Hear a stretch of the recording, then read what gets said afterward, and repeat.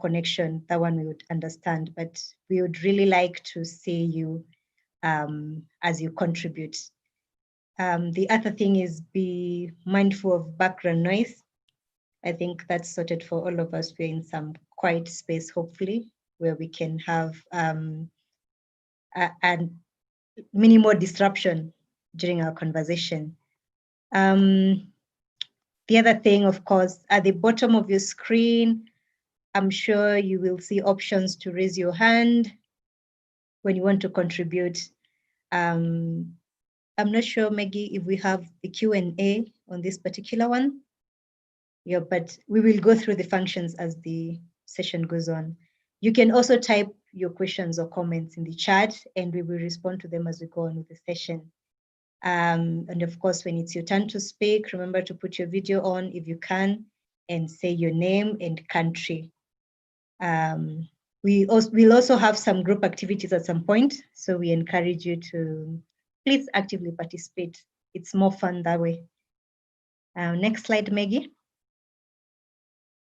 Okay, so to the agenda of the day, we already introduced our facilitators for the day.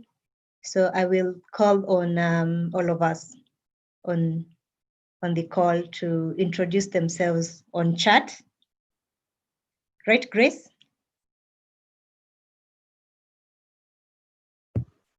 Yes, Maureen. Yes. Please introduce yourself on chat, your name, your country. Yes. We're trying to save on a little bit of time so that we can spend it on the sessions we have coming up. So basically what we will cover during this session, we will look into who sets the agenda for media, how to build and maintain good relationships with journalists. That's always an ongoing point of lesson, even for those of us who've been in the practice for a minute. How to prepare for an interaction with the media, that is in the sense of interviews. We'll also have a reflective session, and before that we'll have a breakout session where we will talk about what has worked and what has not worked in our media engagement with the different countries. Next slide, please, Maggie. All right, and so I know you guys understand it's a bit difficult to, to warm up, considering that we are all meeting online, but we will try and have some things that can help us know you better. And one of the activities that we have is that there's a link that will be shared in chat. Maggie, if you can please post the link to the form. Okay. Yeah, so that everyone can click on it.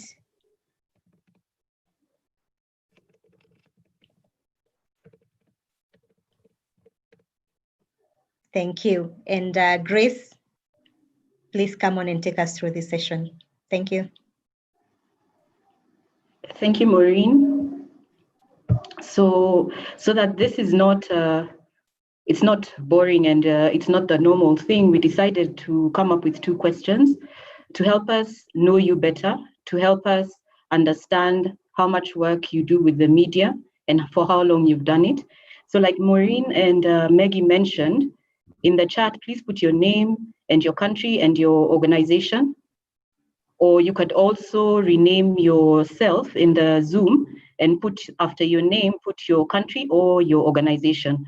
That will help us know when you're speaking. And also when you're speaking, like Maureen mentioned, please mention your name and the country that you're from so that we know who is speaking to us. Now there's a link that Maggie will share on the chat, which takes us to the 2 questions that we're going to go through. This is a short activity, and the 2 questions are, you name one media person in Africa that you admire and you would like to meet, and then tell us why do you admire them, and then what media piece has caught your eye in the last 1 month. And it can be a piece in any media channel, it could be TV, it could be social media, or the radio, or any newspaper, any media channel. And then also tell us why this particular piece has caught your eye. So this is an activity that we will do in 5 minutes. The questions are short, so it shouldn't take us long to answer. Maggie, if you have the link, please go ahead and share it. Yes, I think I'm having a bit of Okay. challenges with sharing the form.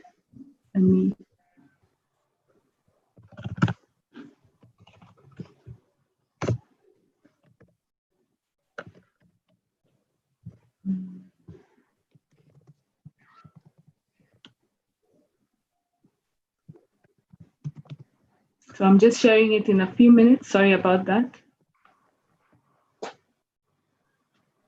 So as we wait for Maggie to share the form and the link to the form, please put in the chat, put your name, put your country, and the organization you work for.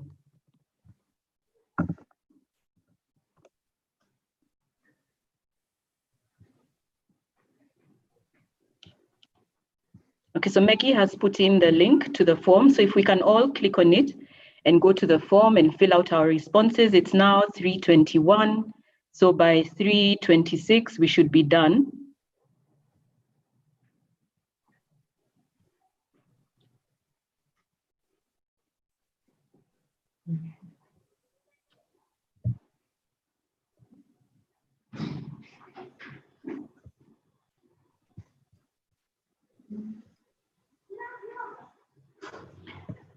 Has everybody gotten access to the form? You can type in the chat. Is everyone able to access the form?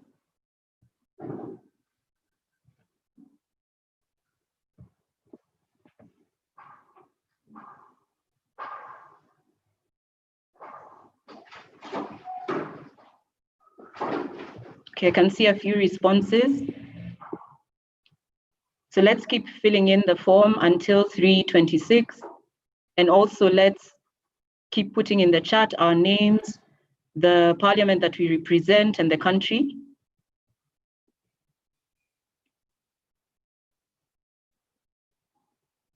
And welcome to the session, Madam S.G. Boemo Sekoma. I can also see Moses. Moses has joined us. Welcome, Moses. We have Neo Mokatsa from Lesotho, Mercy Chidemo from the Parliament of Zambia. Then we also have Tambudzai Mutare from the Parliament of Zimbabwe. I hope I'm getting the pronunciations right. Then we have Tanyaradzawa Linda from the Parliament of Zimbabwe.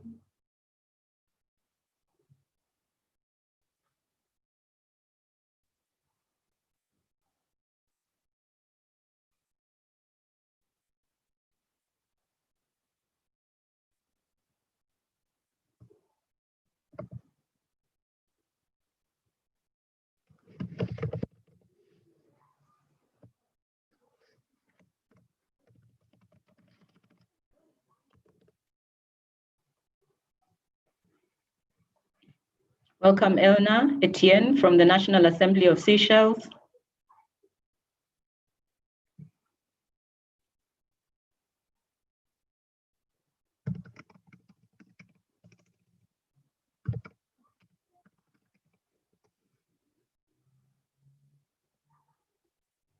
Welcome, Fandro from the National Assembly of Madagascar.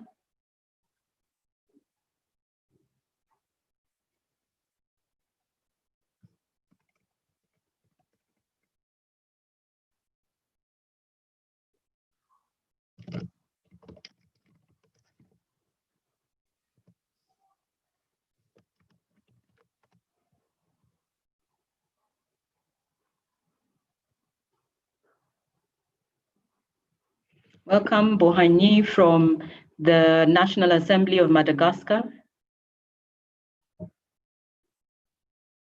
I hope everyone is able to complete the form and everybody has access.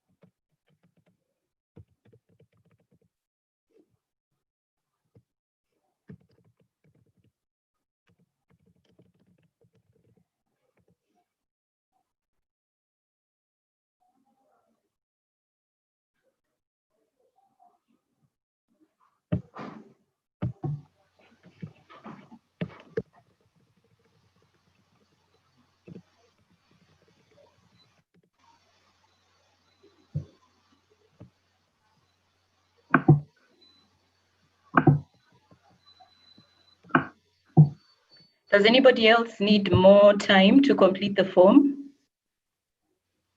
Good afternoon. Good afternoon, Daryl. Hi, I'm Bhuvanesh. I just joined you guys because I was having problem with my laptop, and as you can see, my camera is not clear. I don't know what. Sorry about that. So how far, guys? How far are you guys? If you check on the link, if you check on the chat, you'll see a link to our Google form, which everybody is completing now. Okay. So can you see it on the chat? Yes, I can see it. Have you seen it, Daryl? Yes. Okay, just go to that form and complete it. Yes, I will do that. And then when you're done, you can come back to the chat and then put your name and your country so that everybody knows where you're from. Okay. All right.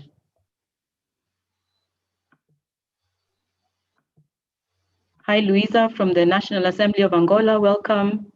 Welcome, Nomesh from the National Assembly of Mauritius. Has everybody completed the form? Anybody who needs more time? You can put it on the chat if you need more time. We're at 3:27 now.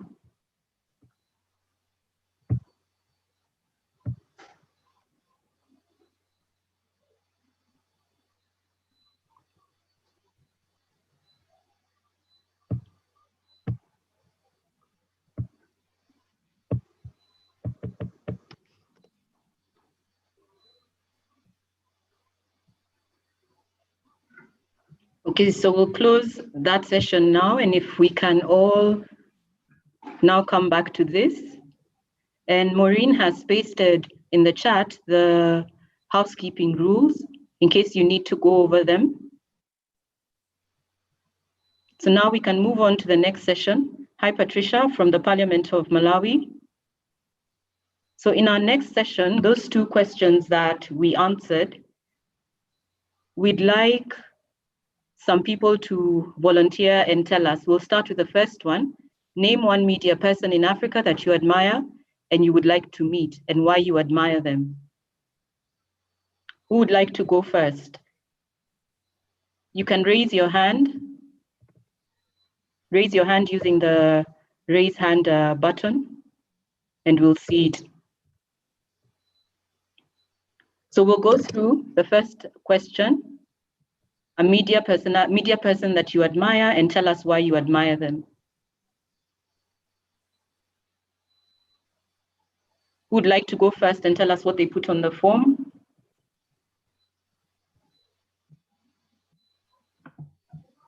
Okay, we can't see any hands. Shall we select?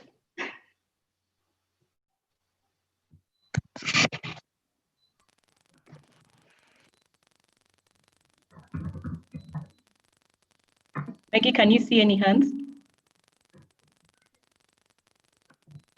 I can't see any hands, but I can see Nomesh is smiling. Maybe he has something to say. Okay, Nomesh, because you're smiling, please, please let us know what you put down for the first question. One media person in Africa that you admire and you would like to meet. Over to you. Yes, good evening, everyone. I'm Nimesh from Mauritius, National Assembly. So I would like to meet several media person in South African Broadcasting Corporation.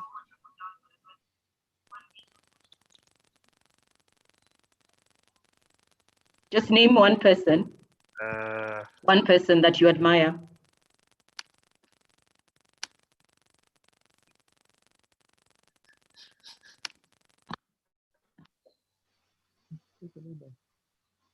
Just one.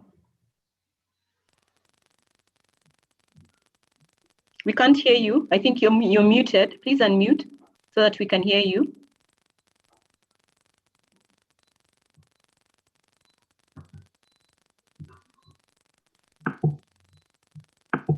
Nomesh, okay. Yes. But so give me 1 second, please.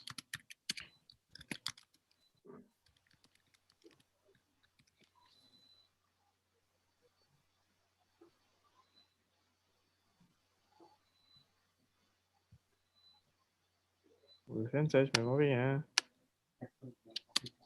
No, maybe the media day.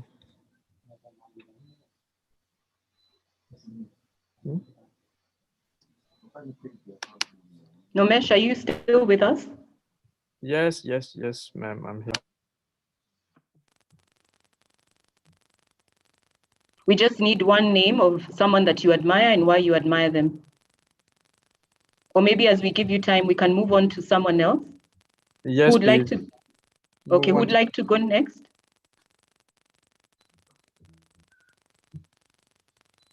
Hello, my name is Moses Magaza. I admire a Kenyan journalist by the name Jeff Kwenenge. I admire Jeff Kwenenge because of the passion that he puts into the work that he does. And he's a natural journalist. The way you see him speak on television is the way you hear him speak at his home or in a bar. So he's a natural born journalist. Thank you, Moses. It's true. Jeff Koinange is phenomenal across the globe. And thank you for mentioning that his passion, he has passion in what he does, and it doesn't matter where he is reporting from. Who would like to go next? Maybe I'll just go down my list and choose at random. Someone else, please tell us a media person that they admire and why. From, let me see, Carlos Rebelo. Carlos?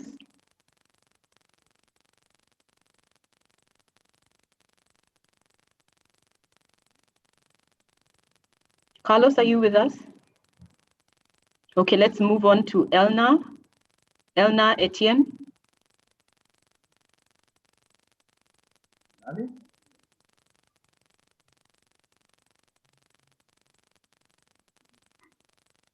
We're not getting any responses.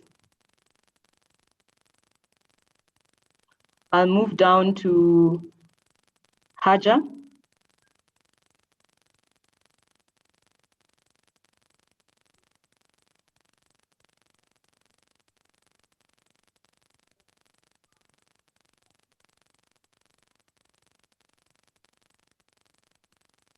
Or Tambudzai Mutare.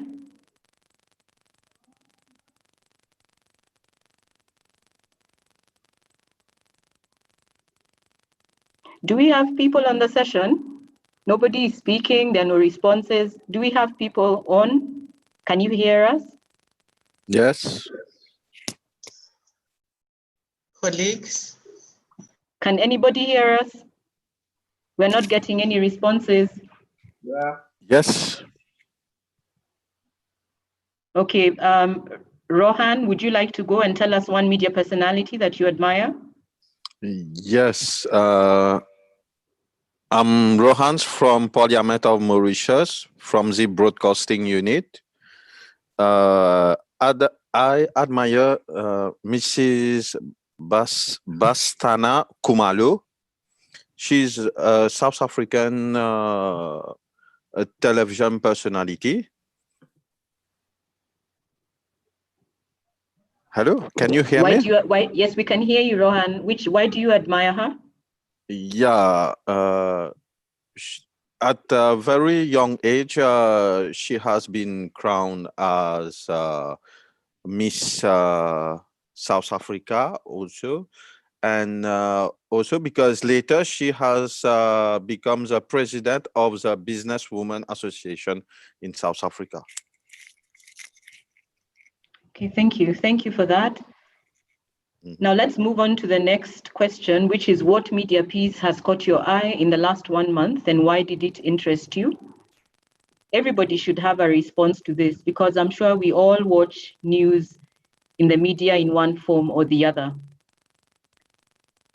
I'll start with Linda Manyemba. Please give us an example of a media piece that has caught your eye in the last 1 month.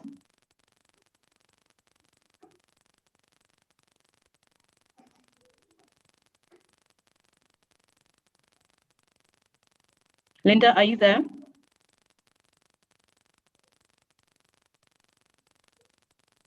Okay, let's move on to Kunga.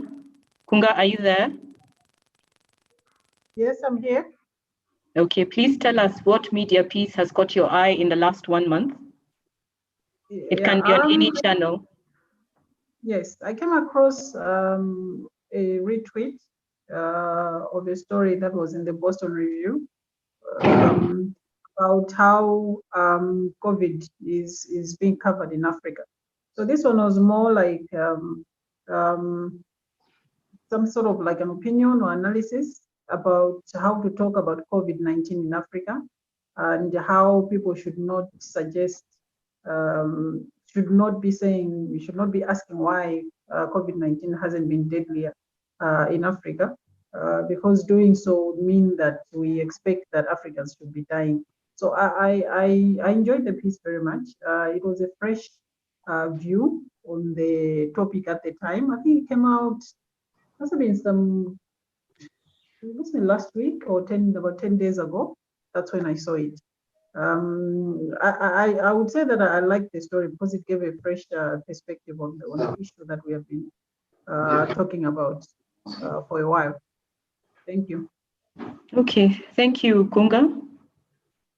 Now we'll move on to the next session. So I'll hand over to my colleagues. I can see there's some comments in the chat.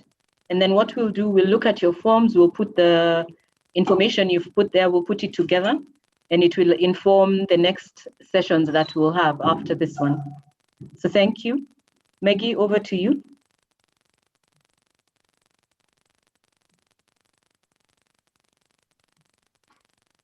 Thank you, Grace.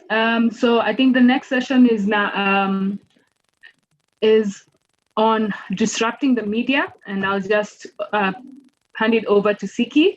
And please don't feel free, don't be shy, don't be as open as you can in terms of sharing. And if you have issues perhaps speaking and putting on your video, you can always use the chat to be able to share with us what it is that you're thinking, and also any questions that you might have along the way, please feel free to also share with us.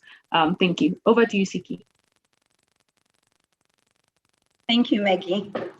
So today, and I'm glad coming off the bat of the conversation we were having earlier, and you referenced reading about how COVID was being covered in Africa and the narrative that needs to change. I think that was a great segue into this next topic. Just kind of, we want to explore the media landscape as it is today and what that means in terms of us engaging with media and how we should go forward. So next slide, Maggie.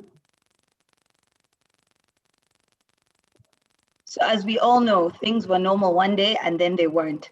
We've seen this outbreak of coronavirus has created one of the largest global health crises in the last 20 to 30 years. And as it's evolved, we've tended to see the deep impact on the way we are perceiving the world and how it's affecting our everyday lives. Across the world, we saw schools and businesses closing. We had stay-at-home orders in place with the lockdown measures to try and curb the spread of the disease. And it began to feel that almost all these safety measures that were put in place to contain the spread of the virus became to affect us even to the personal extent of how we relate to one another. So we saw things like the newspaper consumption declining globally in relation to the media. And although that went down, we saw a surge in other things. So media consumption habits began to evolve.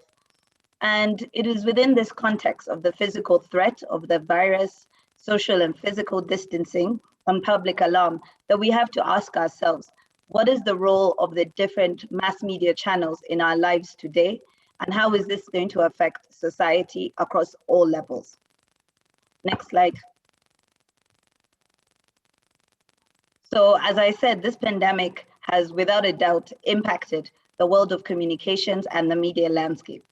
You know, we are seeing, like I mentioned, an ongoing surge in media consumption as people are constantly trying to seek and remain updated on the rapidly changing crisis. I'll put the statistics there that just show that between 80 to 90% of people consuming news and entertainment for an average of almost 24 hours during a typical week.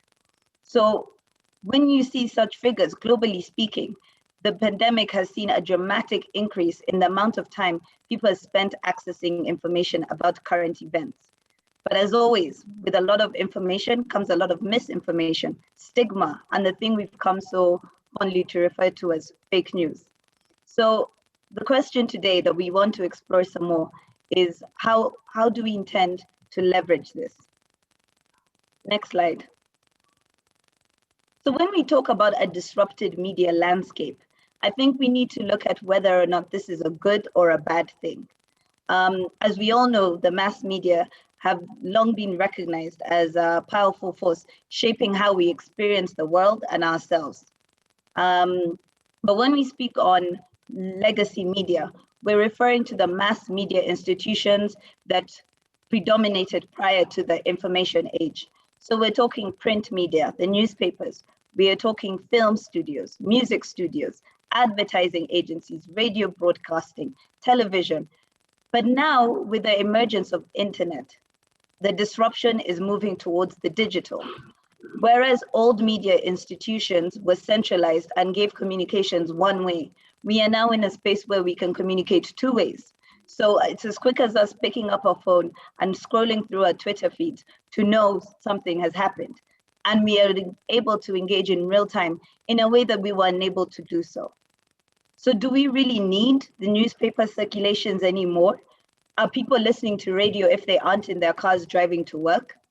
Communication itself has evolved, and we now need to think and place ourselves in positions where we are engaging and maximizing the new possibilities and doors that are opened. I think I can give an example for Kenya alone, where there are more than 600 radio stations and now 300 television ones. Are they keeping up with the social and digital media age, or is this scattering audiences? But these are some of the topics we will uncover as we proceed during this session. Next slide. So I think the challenge is to know who your target audiences are and how to get to them. The good side of this problem is that we have multiple options and choices to choose from. But although we need to decide whether we know how to get to our targeted audiences and whether we are doing so to the best of our abilities. Next slide. So basically, we talk about the media, but why do we feel that we need them? We are very familiar with the terms that mass media helps us inform, educate, entertain, persuade. You know, media has the power to shift public attention. However, what you tend to find is that media coverage of health tends to be shallow. And so the COVID-19 outbreak is showing that we need the media, but not only to push the health stories, but the effects health will have eventually on society. So when we talk about COVID-19, for travel restrictions being imposed, the story could be about tourism and travel. The economic impact of fear in the stock market talks about, we go into a full-on economic and development conversation. The cancellation of football matches, it goes on, and that will be something like a sports story. So it's choosing your angles to see what best suits you. It's a health issue that we are going through right now during COVID, but its effects and implications are far-reaching.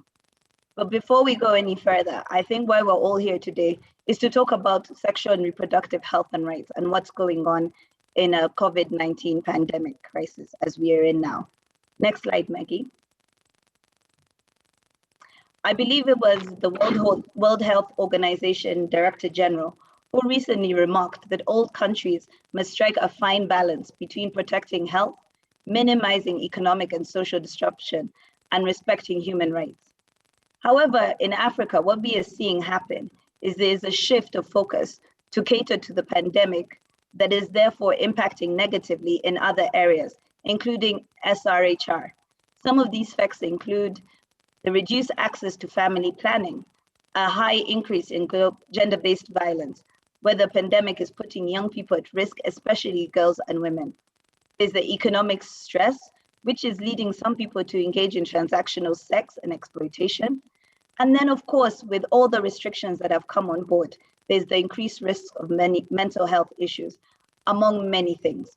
We are slowly seeing resources redirected away from vital sexual and reproductive health and rights services in favor of other COVID-19 related responses. So it's becoming more and more crucial that countries need to make the decision to how to shift the demands away from simply the COVID-19 to something that is 360 degrees and encapsulates all the important health and rights. According to some projections by UNFPA, some 47 million women may be unable to use modern contraceptives if the lockdown continues on for more than 6 months. This could mean up to 7 million unintended pregnancies with thousands of young lives at risk.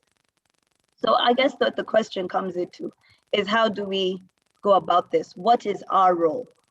And I think now is the time to step up and make sure SRHR does not get lost in the commotion of the pandemic. And the way to do so would be to thoroughly engage this ever-evolving media landscape. Next slide, Maggie. So as I said, what can you do? In the current state of global chaos around COVID-19, the impact on girls and women's sexual reproductive health and rights is no longer making the headlines. But the truth is, in a post-COVID-19 world, the crisis that will be on ground could be truly devastating, especially on futures of millions of girls. So with the disruption to schools, health services, community centers, we need to find new ways of providing information and support. Information and services that should protect women and young girls' sexual reproductive health and rights are now more vital than ever. So how do we go about this?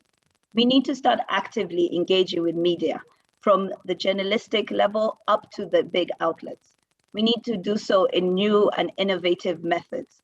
So this could be through informal forums and establishing personal links with journalists. It could be sharing of information through radio, television, mobile apps, and of course, social media. You see, my last point in this presentation is about using your voice to go digital. I'm not sure how many of you actively engage on social media platforms, but if so, I wonder whether you are sharing enough and doing enough to make sure that we are giving voice to the women who can't give voice to themselves, and we continue to do so wholeheartedly. As we explore this, I think it's crucial to delve into another topic, which is how do we work with the media? Because now I've laid the foundation on why it is crucial, especially in our pandemic situation. And my colleague Moses will jump in and tell us more about working with the media. However, if you have any questions for me, I'll be willing to take them now. Otherwise, we can proceed with Moses's presentation. Thank you.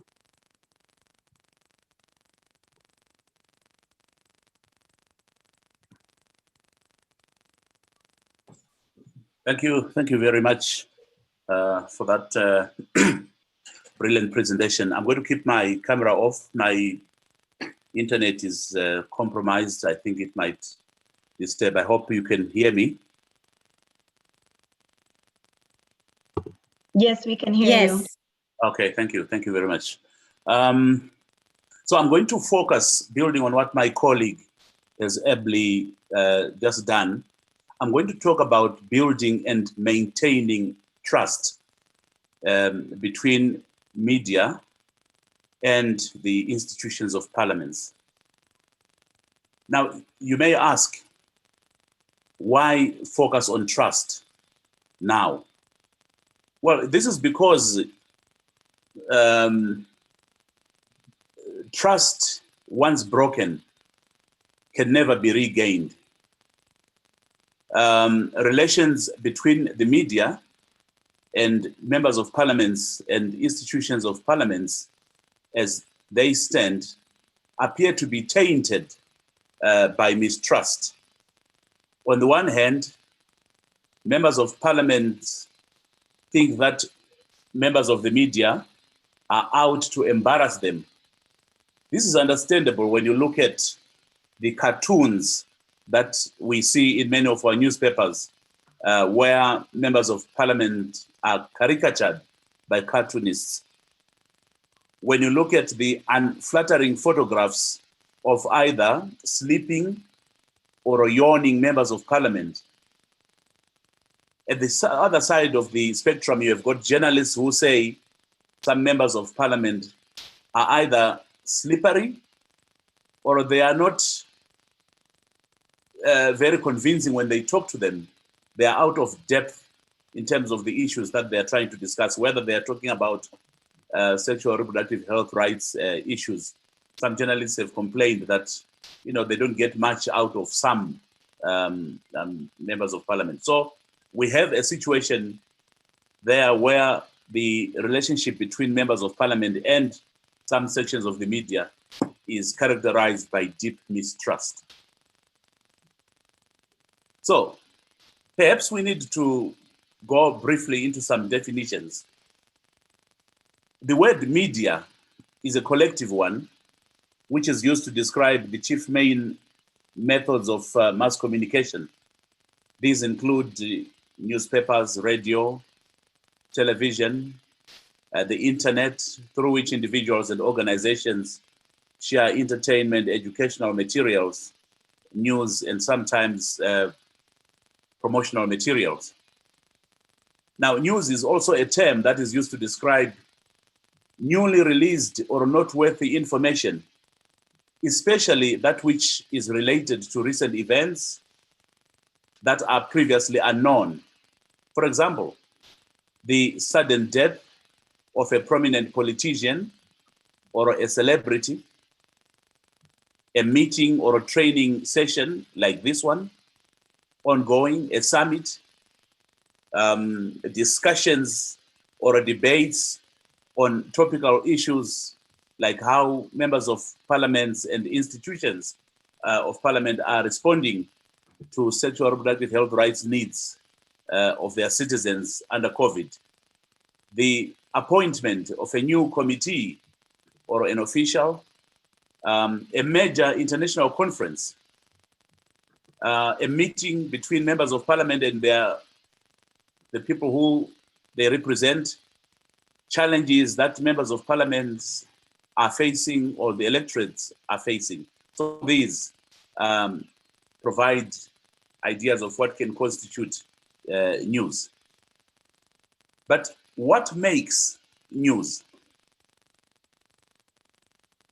The debate is still ongoing, but there is an agreement that sometimes economic consideration is an important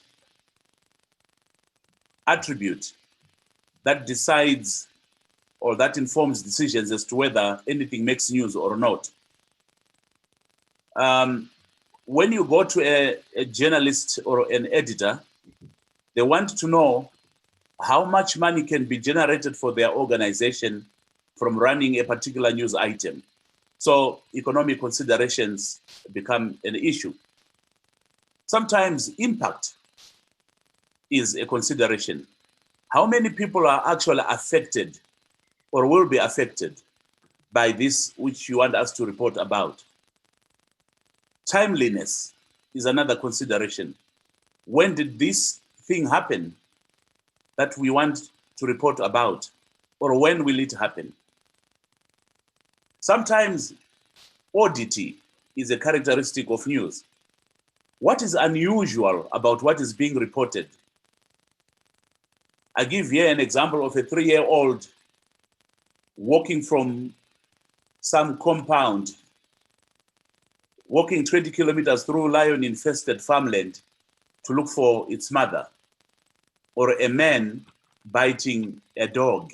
That becomes something that is unusual and out of the ordinary. Therefore, it can constitute news.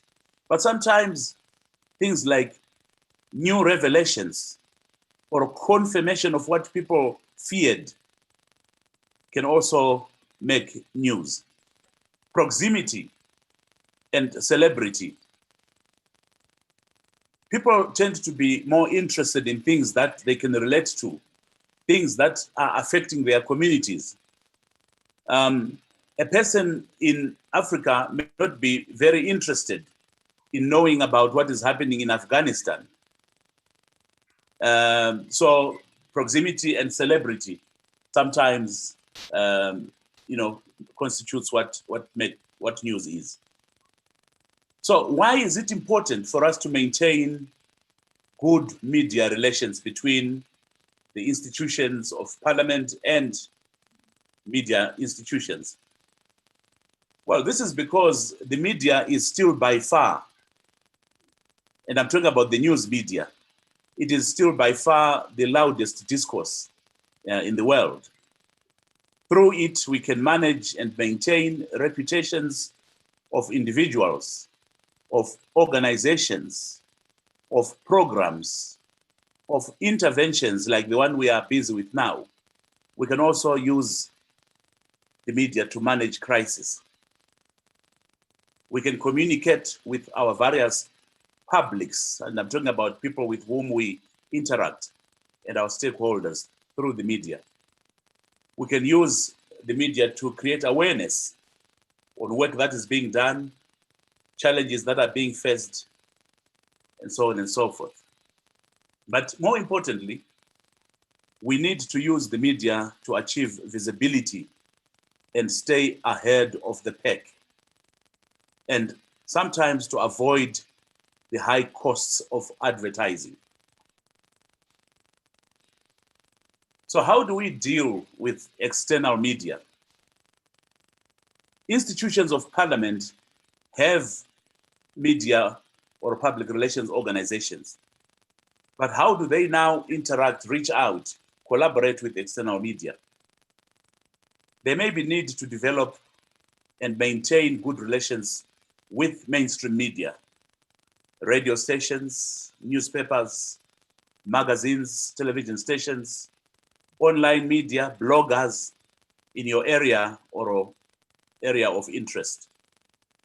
It's important to know the main media outlets, but even more importantly, who calls the shots in them.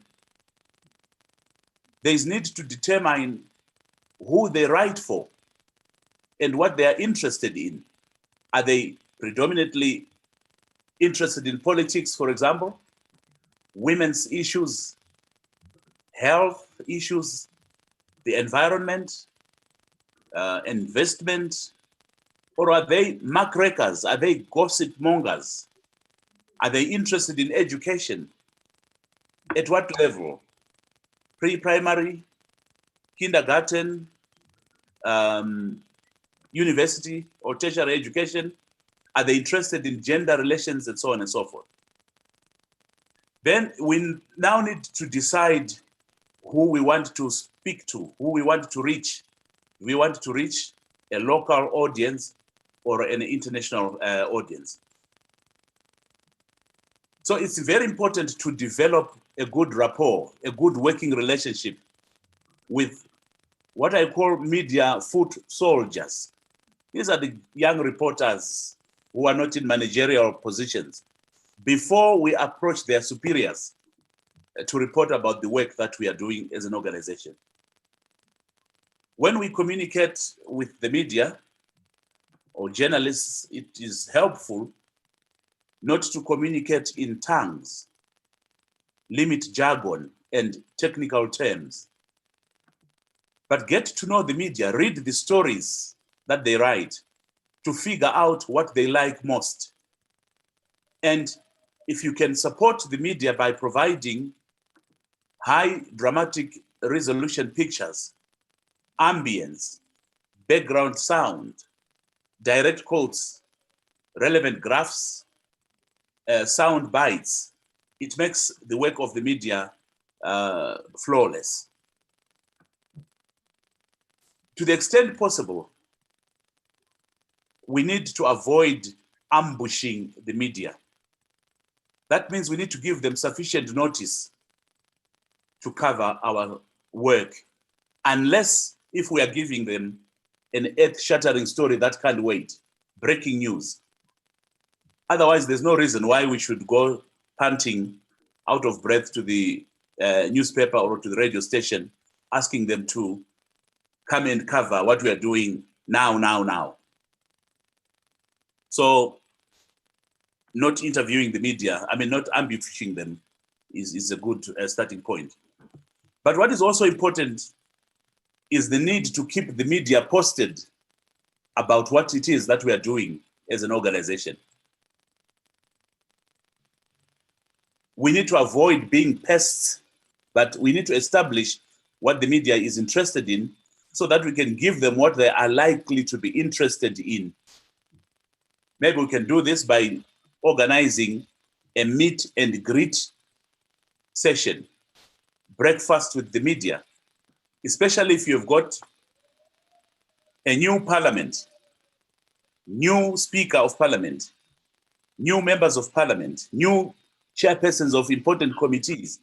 You may want to organize some kind of breakfast meeting where, in a very relaxed manner, you meet and greet members of the media. Get to know who is who in the media, what are their interests are, and who can the media contact in your organization if they want to do some work with you. You can hold a press conference if the conditions permit, or you can provide a press release which is detailed. You can also invite the media on a tour of your organization or attend meetings and just listen in like flies on the wall. But it may be also useful to identify in-house experts to provide information when it is required. Many parliaments have got websites which are up and running. These can be used to post news tips, and it always helps to invest in a good video camera and a good voice recorder so that you can provide footage to members of the media who may not have the capacity to collect these on their own. Then, of course, you need to monitor the media to find out what they are saying about the work that you're doing, about your organization. And how do you do that? You do that by buying their newspapers, if they are print-based publications. You tune into their radio broadcasts, you tune onto their television broadcasts, so that you get to know what it is that they're saying about you and your organization. It's easier to do this with respect to print media. You can set Google alerts to know when your program, the MPs that you are working with, have appeared in the media. This is very useful because sometimes you get so busy following what the media is doing can be time consuming. But if you've set a Google alert, you just get these alerts coming in and you collect stories in which you are being quoted. Then, of course, the issue of being misquoted. Quite often, you spend some time with the journalist, giving him or her a very sensitive story, sometimes over the weekend. Then, when the story comes out, you find you have been quoted out of context and you are actually putting out fires from your Speaker of Parliament, from line ministries, and so on and so forth. So, if you've been misquoted, how do you deal with that? Do you walk into that newsroom with a club threatening to beat up this poor journalist? Do you threaten to take this person to court? Do you threaten them with lawsuits? Sometimes it is always best to identify something positive out of the bad story that has been written. You contact the journalist. Sorry, you contact the journalist and thank them for their time. Thank them for giving you so much coverage.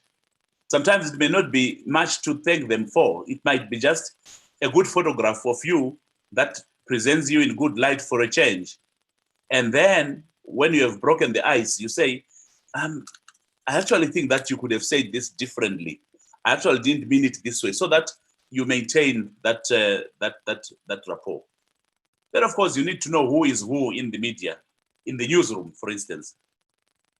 This differs from media house to media house, but typically any new media house would have at the top an editor. This is the person who decides what goes in or what goes out, what doesn't go into the media. He is assisted by a deputy editor who acts as acting editor in the absence of the editor. But another very important person in the newsroom is the news editor. This is the person who commands and assigns reporters who allocates stories to certain individuals in the newsroom. He knows who is a good sports writer. He knows who has a passion for sexual reproductive health rights issues. He or she knows who is a better hand at doing a political story. So it helps to develop a good working relationship with the news editor. Of course, there's the chief writer. This is sometimes the most experienced, most capable of the writers in the newsroom. Then you have your senior reporters, the sub-editors, very important people, because these are the people who actually place the stories and they do the layouts. They decide whether to put a photograph to accompany your story, or a graph, or pull out quotes and stuff like that. And then, of course, there are the reporters. How do you then get publicity? It's important to know when the media goes to bed, and to always respect deadlines. As I said, never ambush the media. When using a press release, strive to write a complete, ready to publish article. One of the things that we don't know as we hold this interaction is the state in which what we are calling the media in our various countries is in the face of massive retrenchments as a result of COVID-19, as a result of salary cuts. Some people have had to take massive cuts in their salaries, which demotivates them. We also do not know for certain issues of morbidity and mortality around COVID-19 issues. How many journalists have actually died from COVID-19? How many are sick? How many are in quarantine? That gives us some idea of the strength of the media houses in our various organizations and various countries. So that when we have expectations, we have realistic expectations. We are asking the media to partner with us, knowing that they've got the capacity to actually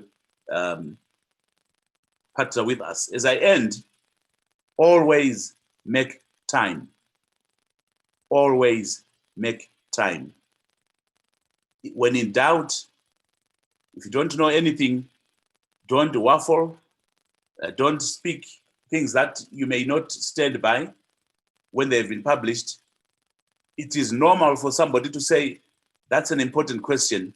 I actually do not have the figures that you want or the facts that you want.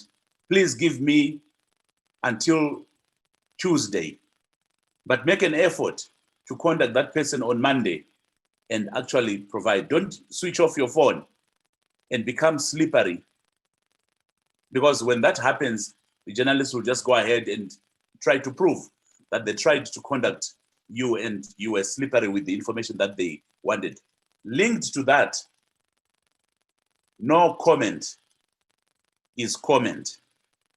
A lot of people think that it is fashionable when a journalist has walked up to you to say, Madam Secretary General or Madam Director, we heard that ABC is happening in your organization. What is your comment? And then you say, no comment. You close the door and you are whisked off to your leafy neighborhood. The journalist will say, thank you very much, ma'am. Thank you very much, sir. You've given them a license to go and drag you through the mud. All the journalist has to do is approached for comment. Mr. So-and-so said, open quote, no comment, close quote. However, this publication has it on good authority that blah, blah, blah, blah, blah. And it's a long, dirty write-up. Thank you very much for your attention. Thank you so much, Moses. Thank you so much for sharing those insights. So I think we can just have questions, comments. What are some of the thoughts that you're having based off of what Siki and Moses have shared? Maybe even I know some of the things they've mentioned, you could have already gone through them. So please feel free to share. You can also raise your hand, or you can also share on the chat what your thoughts are.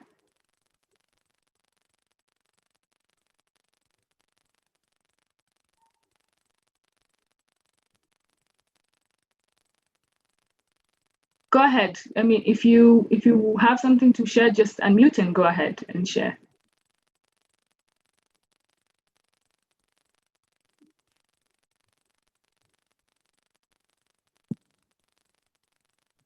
Thank you very much for that. I totally agree with the presenters. Could you speak closer to the microphone? Thank you very much for the presentations. I totally agree with all the presentations that have been made.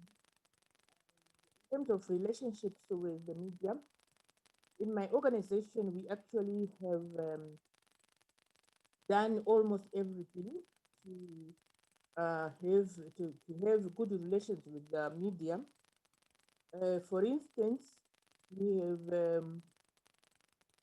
have groups, like we have editors in their own group, reporters, senior reporters, and we can categorize them according to their specialties. And we always get in touch with them through either email, WhatsApp groups, and any other, depending on the agents of the matter. We also, funds permitting, we hold cocktail parties for them. And as you was mentioned earlier, we also have workshops for them, whereby, for instance, we invite chairpersons of portfolio committees and thematic committees to mingle around with the reporters and their editors, so that at least they understand each other, they know what the other part likes and what they want to hear and how they can have a good working relationship. Thank you so much.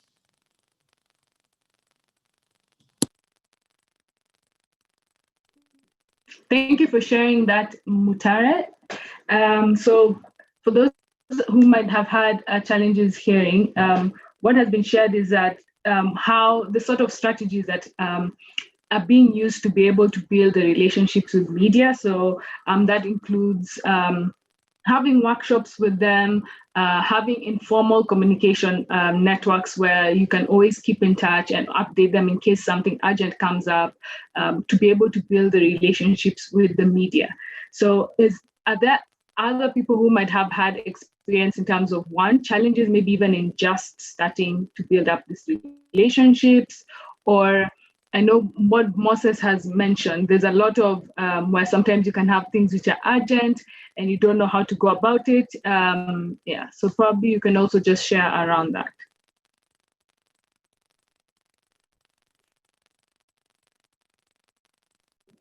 I'm looking for somebody who has unmuted. I see Haja has unmuted.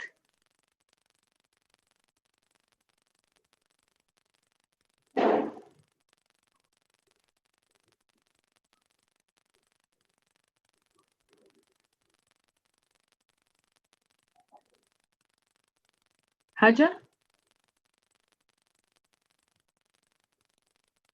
Okay. So if there might be no other questions, then I think we can go ahead to the next session, which will be taken over by Grace and Siki. So Grace, over to you. Sorry, with your indulgence. Yes, Moses, go ahead. In the absence of questions, I want to ask a few questions to Mutare. Mutare, you say that in your organization, you didn't say which organization this is, so it's difficult to say where it is, but anyway, you said that in your organization, one of the good things that you have done is that you have come up with categories of these journalists. You've got editors, a group of editors, you've got a group of reporters, and so on and so forth. And then, if I heard you correctly, you say that you sometimes you decide who to contact, depending on the urgency of the matter. And when you have your workshops, you invite them. My questions are, what do you do? How do you explain to me, like I'm a 5-year-old, when you want a reporter to come and attend one of your workshops, do you identify journalists in the newsroom whom you think do a good job in writing about particular issues, and then you send invitations directly to them, so that when you write to the newspaper, you say, we want to invite Mr. Moses Magaza to come and attend this workshop, which will take place in Kariba. So who actually invites these journalists? And added to that, what has been your experience when you now look at the outcome of this investment? Have you seen an increase in the coverage that you get from these newspaper or media organizations?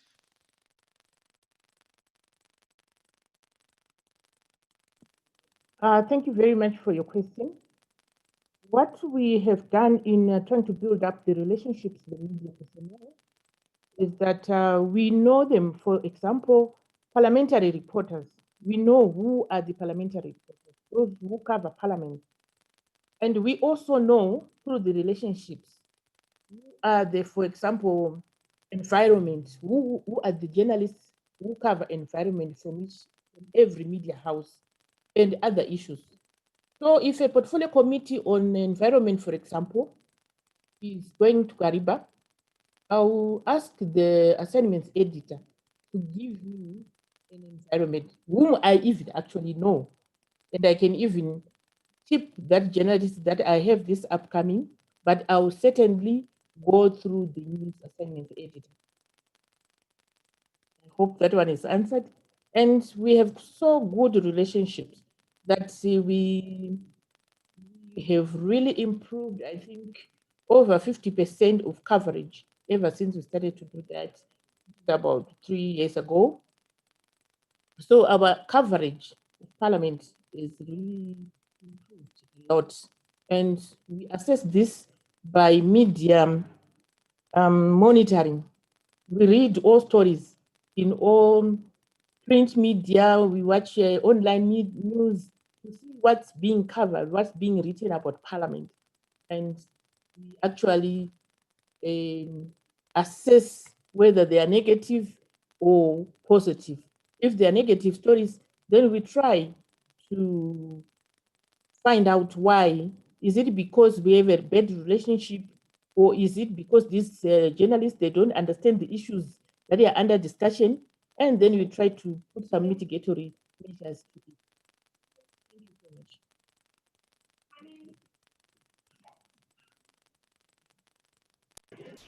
much. Okay. Thank you. Thank you for that. And thank you for the question, Moses. Is there anyone else who would like to share based off of the reflections that have been, the questions that Moses has raised and what Mutai has mentioned? Please feel free to do so. And if not, I know I've asked the question on the chat, which I think would be very interesting to know if it's the same case as well, whereby, oh, sorry for that, where it's the same case in other countries where you've already identified which kinds of media personnel, whether it's both in print, TV, radio, and so on, who cover issues around parliamentary news. And also if you already have a category in terms of who covers what specific area, whether it's health, trade, agriculture, environment, and so on. So that would also help to know to what extent you've probably done this media landscape that Moses is saying and Siki is mentioning, that you need to know who these people are and need to really understand. And I think that's what will be covered more as well as we go into the next session. How do you know who these people are? And also I'll share it, I'll leave it to you, Grace. Over to you. Thank you, Maggie. If you could move to the next slide.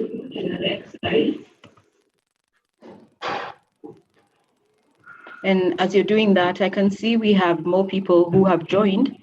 For the new people who just joined, please put your name in the chat and the organization that you're working for and your country, so that everybody else gets to know you. Then for this session, we're going to go through who is a journalist, although Moses has covered most of this. So this will be just like a recap to take us back to the basics. And I say take us back to the basics because in the wake of COVID-19, the media environment has changed. And this means even the relationships that you've had with the media, even those have changed, and things will be done differently, like Moses mentioned, in the wake of COVID-19. So you find that for most people, they refer to people who work in the media by the general term of journalist or reporter, even if, like most of you know, and even with the media that you work with, that there are various roles in the media. And we find that if we go through the definitions of the different people that we can deal with and that you work with in the media, the first is the editor. This is where the power lies, especially like in established media houses. The editor is the one who selects the stories to be covered. They decide where the stories will be placed, if it's like a newspaper, or they decide which story will appear in prime time, if it's on television, or which sound bites will be used, if it's on radio. They also decide which photos will be used, and they also write headlines. So this is where the power lies. And like Moses said, it's good to establish relationships with the foot soldiers. These are the people who work beneath the editors, and these are usually the journalists and the reporters. Then we have the columnists. These are people who give opinion on accurate information that has been provided. And for them, the rule of impartiality does not apply because they're able to give their opinion on the information that they have presented. For the journalist and the reporter, these are actually the foot soldiers who work under the editor. And for the journalists, they gather information on facts and they present them in a style that's easy to consume for the public. And that presentation could be in the newspaper, it could be on TV in the news or on radio, and it could even be on social media. You find for the reporter, the slight difference between the reporter and the journalist is that the reporter reports real time. So they gather information, and this is where you find they do live interviews. Maggie, I've lost the, but it's okay. I've lost the presentation. If you could put it back, please. So reporters do live interviews, and this could be at press conferences, it could be at media events, it could be even live interviews. And they present this information and facts to the public directly and in real time. So I'd like to pose a question to all of us. Are there others that we can think of? Moses had mentioned some of them. Anybody who'd like to take that? We're all very quiet. I'm tempted to ask all of us to put on our videos so that we ensure that you're there, because we feel like we're talking to ourselves. Could you kindly all please put on your videos so that we know you're there with us and that we are not engaging with without you being there. Please put on your videos, as Maureen had mentioned earlier. Thank you very much. Thank you, Agnes. Thank you, Neil. Thank you, Moses. Thank you, Daryl, Tambudzai. Please let's put on our videos. Thank you, Kunga.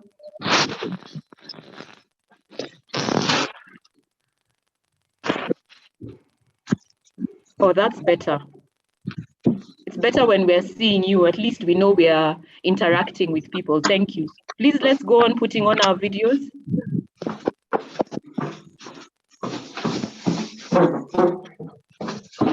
I'm just trying to go to the view. Okay, Maggie, you'll check for me who else has not put on their video. Please put on your videos. Elna, I've seen your message. You're having issues with connectivity. That's fine. But please, for everybody else, please put on your videos, and I'd kindly request you to leave them on so that we have a better interaction between us. So I was going through who are the other people who are key in the media landscape that we need to interact with, especially now in the wake of COVID-19. We find that the traditional and the older media channels, which were so common and were mainly used, now they're sort of fading. So you find that nowadays that people are dealing more with bloggers and social media influencers. And I don't know if this is something, is a way that you have started to use in your parliaments, where you find yourselves dealing more with social media influencers and bloggers. It's fun. Okay, we can move on to the next slide.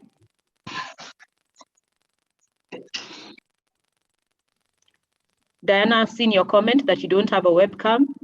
Thank you for that comment. For everybody else, please put on your videos so that we have a better interaction. Maggie, please move to the next slide.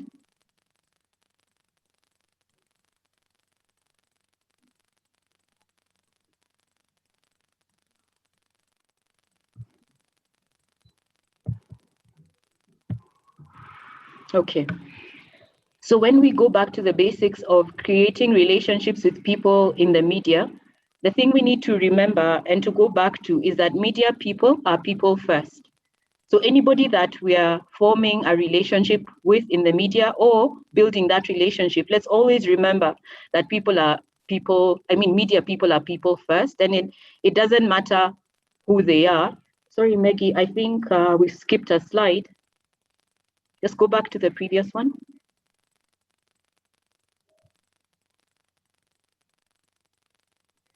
Okay, yes. So media people are people first. I want us to do an activity. And for this once, during this session, you're allowed to use your phone. So I'd like you to go to your phone book and just scroll through. And in the chat, let me know, and this is especially for those of you who work with media on a regular basis, let me know how many media people you have in your phone book right now, that you can pick up the phone right now and speak to them and ask them to publish your piece, whether it's a soundbite or to attend a press conference or an event, or to use your press release, or to give you coverage. Meaning that whatever it is that you share with them, they will give you coverage. So I'll give you 2 minutes, just go through your phone book and then type in the chat how many people you have found in your phone book in the media that you can call up right now and give them your piece, and they will publish it and give you coverage. So 2 minutes, just type in the chat a number, whether it's 1 person, 2 people, 3 people, 10 people, someone that you can call right now. Let's go to the chat, look through your phone book, and let's see whether you have people that you can call up in the media right now. Oh, Elna, that's interesting. 6, that's a very good number. You must tell us your secrets. Let's continue to put the numbers in the chat.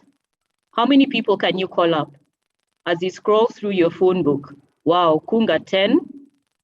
And these should be people that you can call now, you're on first name basis, and you can ask them to publish your piece and to give you coverage. Let's keep putting the numbers in the chat. Mbogani 5, Diana 5. Those are very good numbers. Let's keep putting the numbers in the chat. Nomesh 3, that's good. Kupela 3, that's good. Let's keep putting the numbers. People you can call right now, you're on first name basis, and you can send them your piece for them to publish in the media for you. Keep the numbers coming.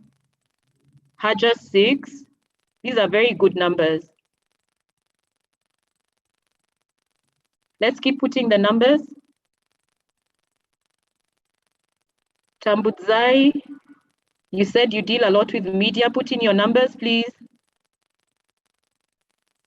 Noah says we have a parliamentary WhatsApp group. We have 120 journalists and we interact with them on a daily basis. 120 is a very good number. Keep putting your numbers.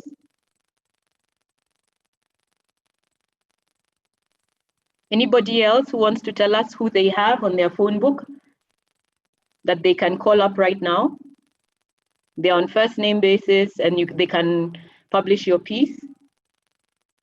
Okay, just keep putting up the numbers. We'll go on with the slides. Maggie, you can move to the next slide.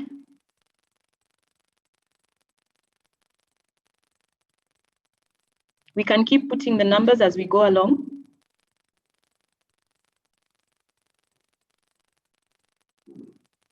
Linda Manyemba has put in 5. Maggie, please move to the next slide. These are very good numbers.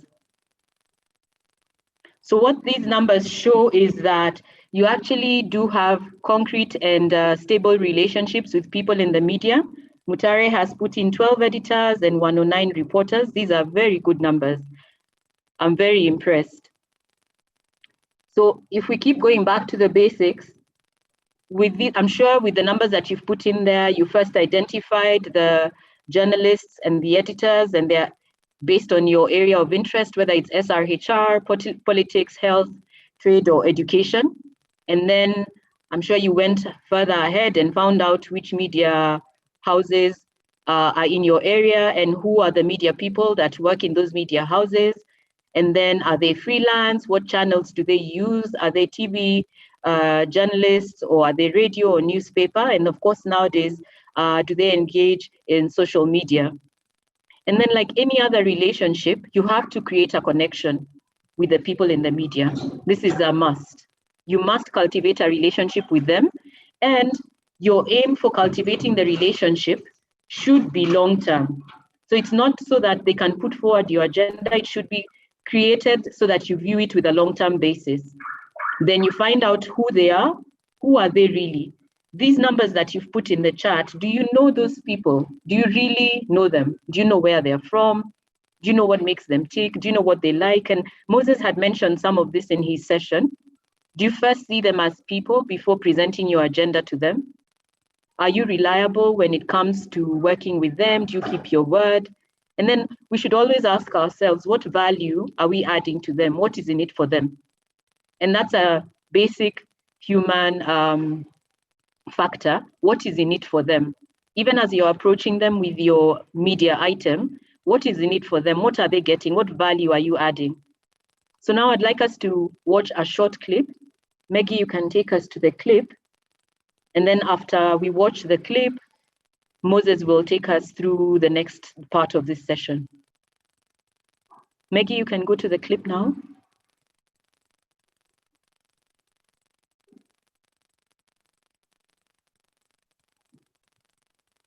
Grace, can you see the screen yes. properly? Yes, I can see it. Go on. Okay.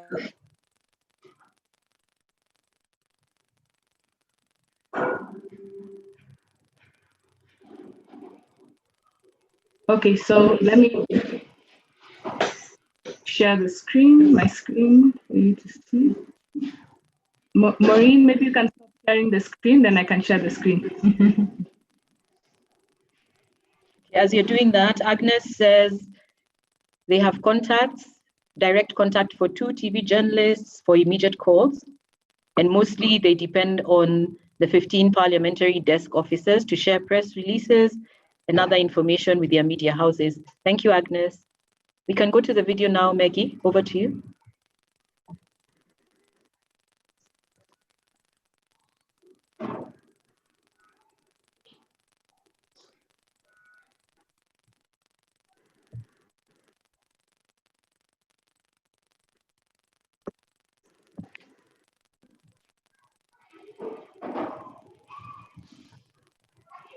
We can't hear Maggie. You may have to start again.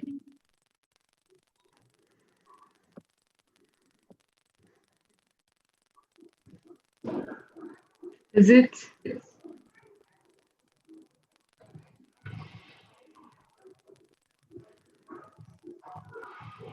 Okay, I can't hear it on my end. Maggie, there's no sound. You can't hear? No, we can't hear. Can you hear me? No. Can you hear me? We can hear you, but we can't hear the video. Okay. Let me just try this again.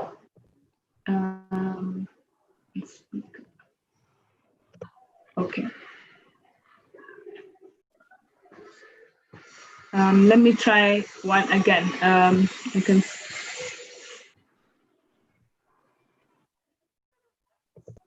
Can you hear? Was it better now? Maggie, we can't hear the video. I can help with the sharing screen. Grace, are you able to hear when I was sharing? You can try yours, Maureen. Maybe Okay. Maggie, stop sharing. Okay. All right. Just a minute.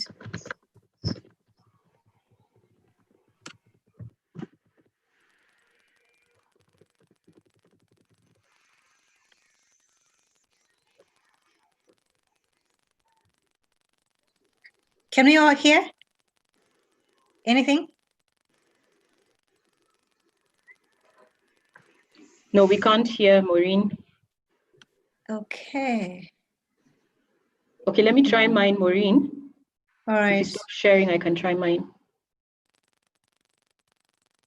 No worry.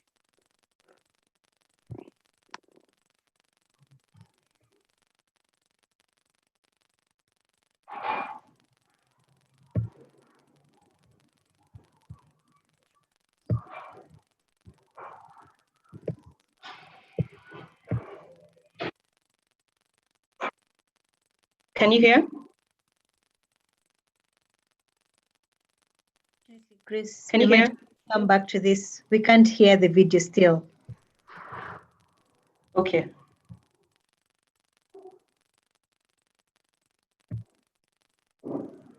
Maybe we can just share the link and people can watch it later.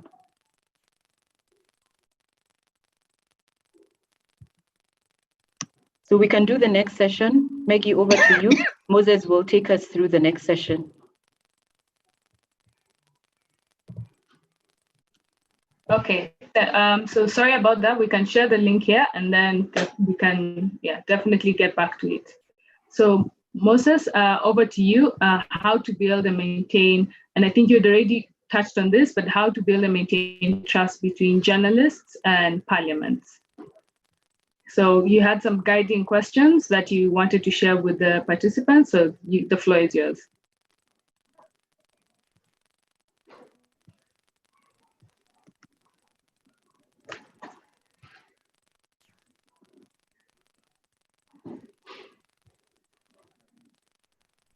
Thank you very much, Moka. My view is that the short presentation that I did, I think has done justice to this one. But with your indulgence, I wanted to add a few things on the issue of the changing media landscape and the challenges and opportunities that this presents for journalists and for staff of parliament, including members of parliament.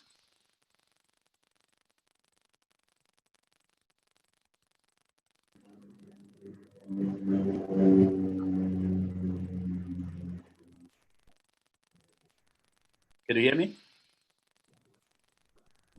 Yes, I can hear you, Moses. You can go ahead. We can. Because I'm saying that the presentation that I did is actually what is now on the screen. I've already, gone through that. But I feel that, I was going to do something with Patterson, remember? And we're going to talk a bit about the changing media landscape and what challenges and opportunities actually are presented to Parliament and staff of Parliament and the media themselves.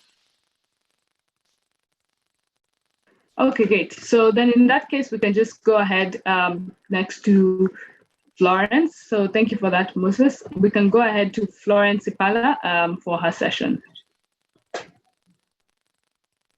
Thank you, Maggie.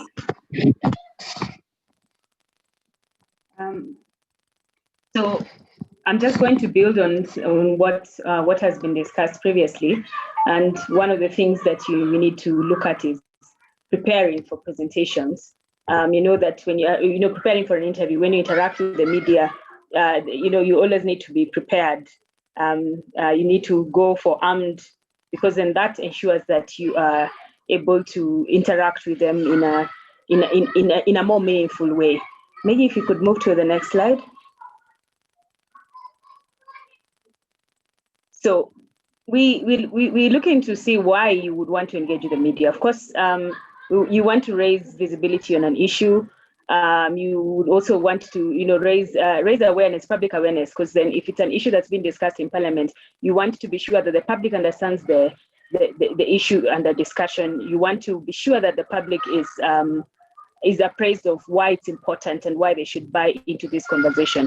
Then you also want to raise attention on the issue, but also again to call for action, but also to galvanize for action. So in addition to engaging the public, you're also engaging other parliamentarians. And in the case of when you're working on a regional kind of policy, you also want to engage the other parliamentarians, the other policymakers in the other countries. So, for example, if you're doing something as a SADC bloc, that you then work together and get to arrive at the same place.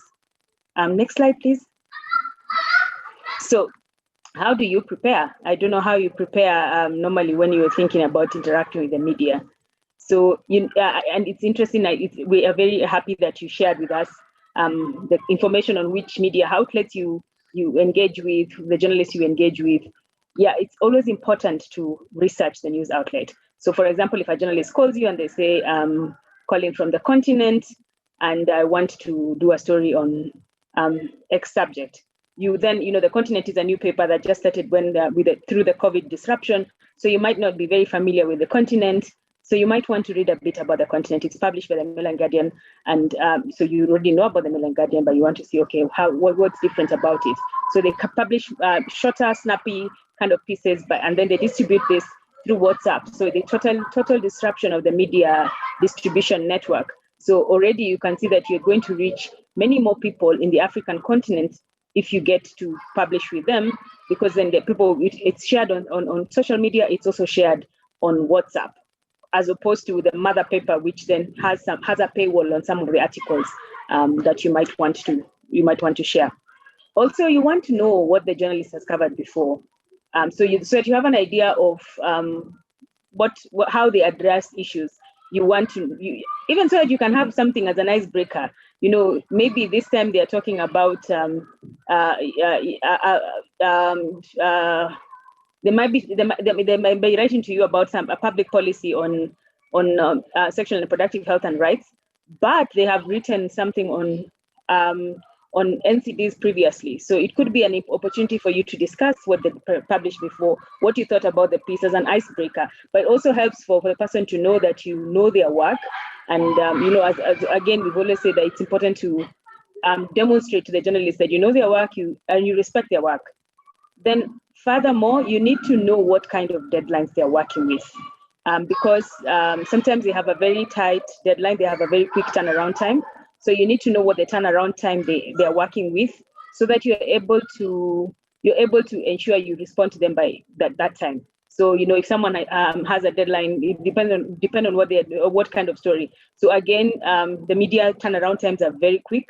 So you need to be aware of that and be prepared to respond as quickly as you can. So that's why it's always good to have to prepare what you would want to say on an issue. So for example, we're talking about sexual and reproductive health and rights.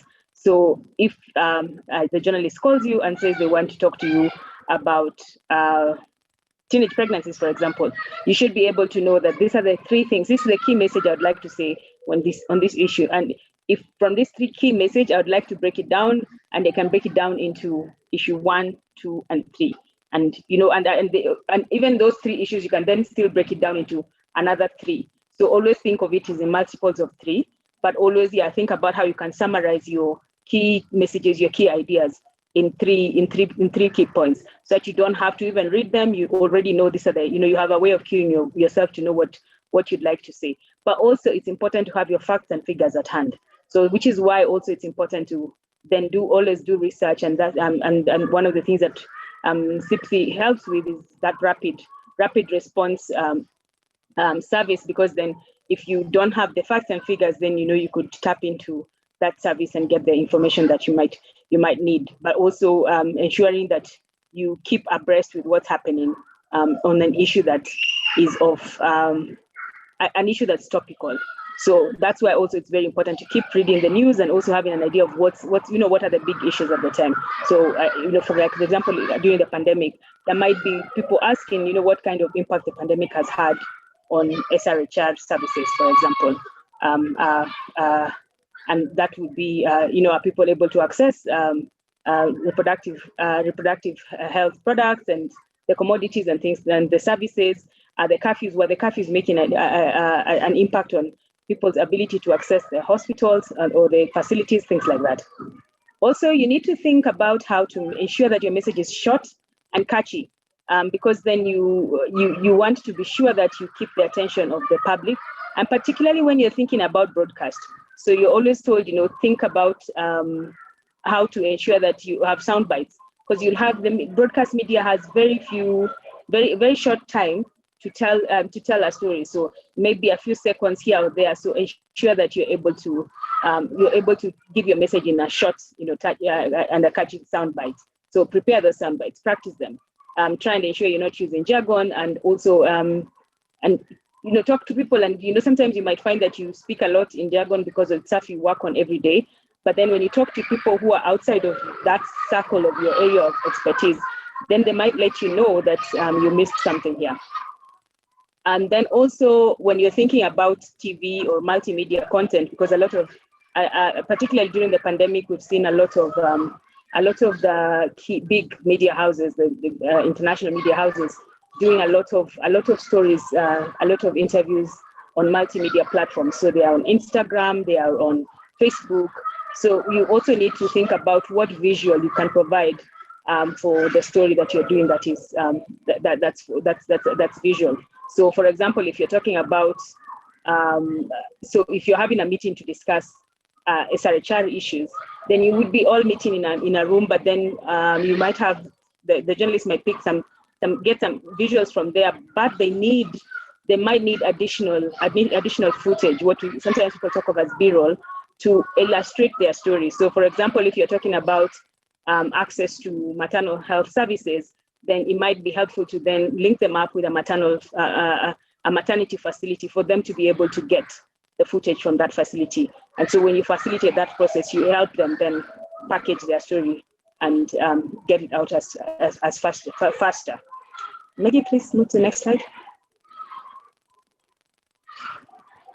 So again, you also have to think, going back to the key messages, I gave an example here on the right to food, where this is in the Kenyan context, but it's still the right to food is an ECOSOC right, economic and sociocultural rights, that is captured in international instruments, but also in Kenya we have domesticated it and it's captured in our constitution.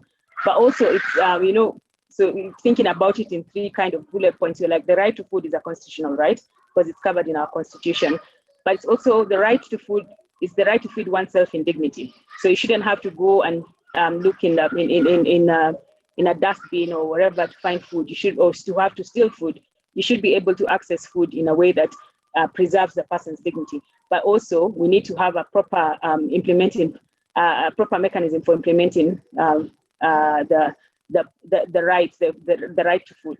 Because then, at the moment, at least in the Kenyan context, it's not yet there, so that we can be able to track the progress and, of course, enhance the accountability. So you could think like that of whatever issue you're looking at. What are the three key things that you want to talk about, and how would you illustrate them? Thanks, Maggie. We can move to the next one. So now we are going to have a media interaction session. So we'd like to have a conversation with all of you, and Siki and Maureen will pick up from here.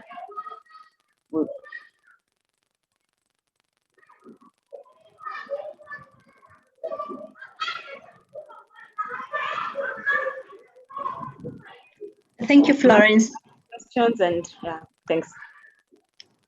Maggie, so the next session is supposed to be very practical. We are going to have role play, and we will play in, Maggie, we'll play in 3 teams. There will be the role of a journalist. There will be the role, there'll be a representative of the government, and there will be a representative from the parent side. Mm. The topic of discussion will be teenage pregnancies. Mm. Maggie, I'm not sure if we can pull up the case study, please. Study? Yes, and I'll share as well the case study in French and in Portuguese, the links on the chat as we see the English one. Great. Yeah. So let me just pull up the case study.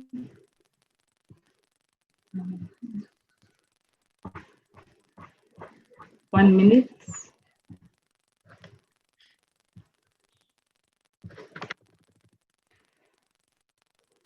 Okay.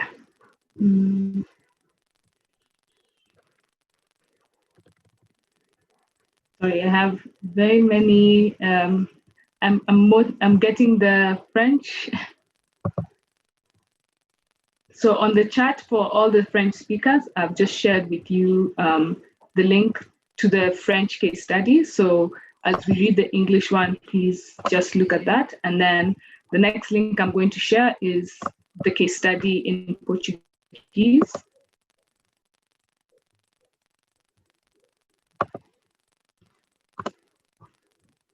So please let us know if you're able to access them so that, okay, so in case you're not able to access them, please let me know so that I can make sure I open up all the sharing rights to you.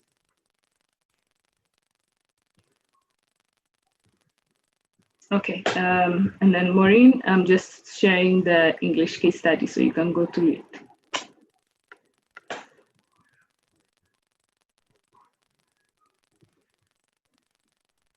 Yeah. I hope you can see the screen, Maureen.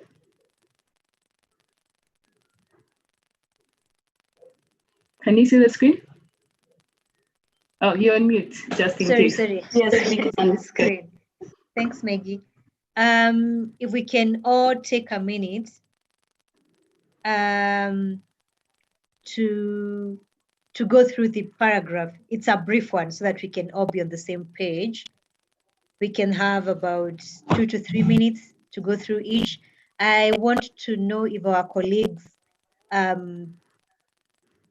using the other languages, Portuguese and French, are able to access their documents as well, and that they will be going through them as well. You can give me a thumbs up if you're able to do so, or you can just reply in the chat and say yes. Yes.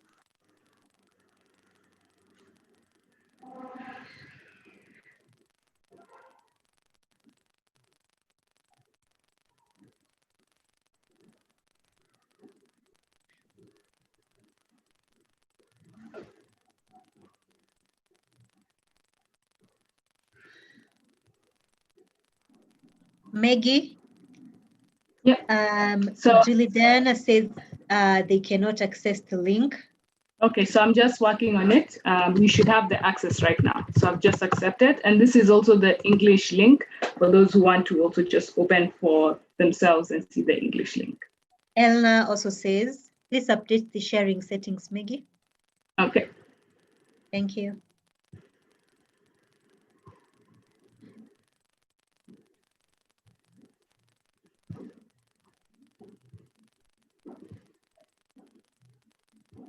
Okay, so the settings are on, so you should all be able to access it. Let's see.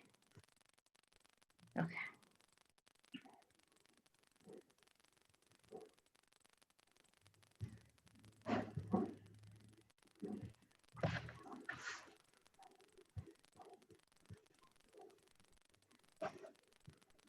I hope we are all able to access it now. Everyone?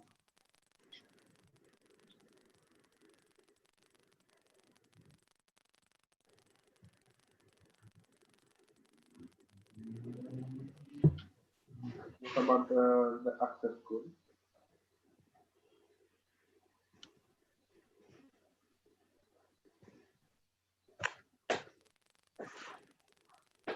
It should be okay now.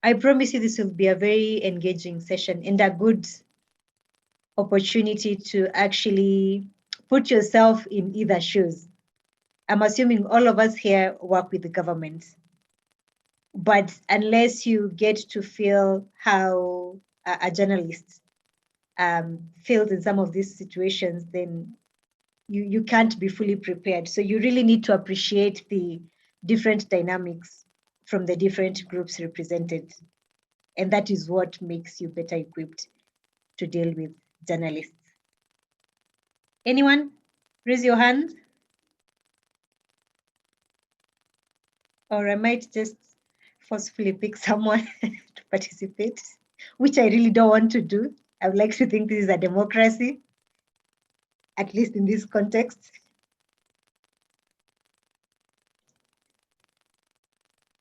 All right. I can see the videos are off. I don't know what most people turned off their videos again. So if you could also please turn come on back your on video. camera. Stop running away. Please come back. This is how we learn. Any volunteers? At least for the role of a government representative. Which is the easy one, actually. All right.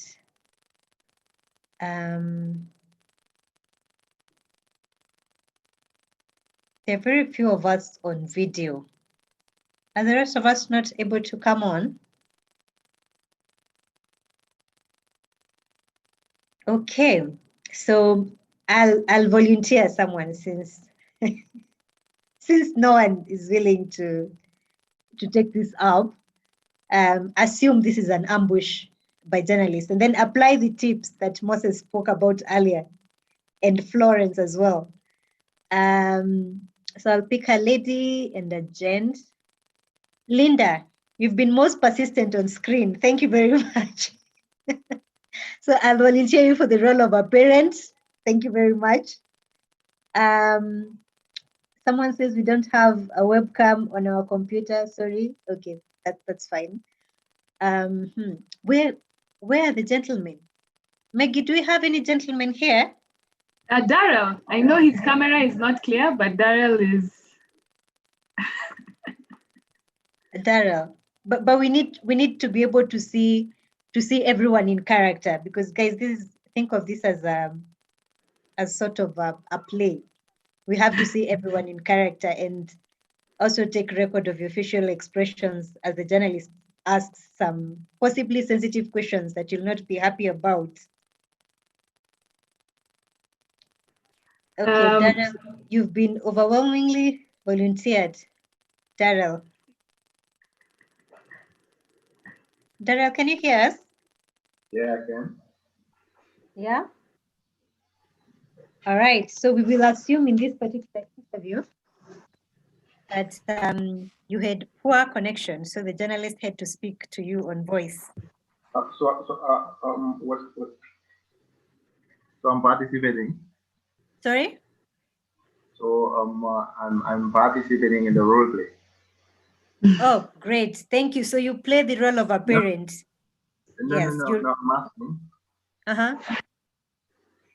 Who's participating? Who's participating? Linda and you. Okay, bring it on. Yeah. Okay. So you from the paragraph, you're playing the role of a parent. Linda will take the role of government representative, and Siki will be our journalist for the day. Siki, fire away. Okay. So my first question is to the government representative. Do you think the government has failed in its responsibility to protect young schoolgirls from teenage pregnancies?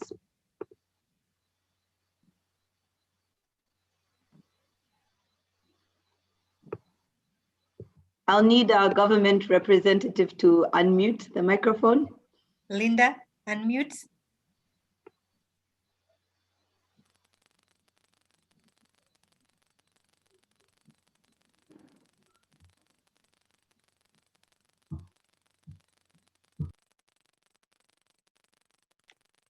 Linda, please unmute. We can't hear you.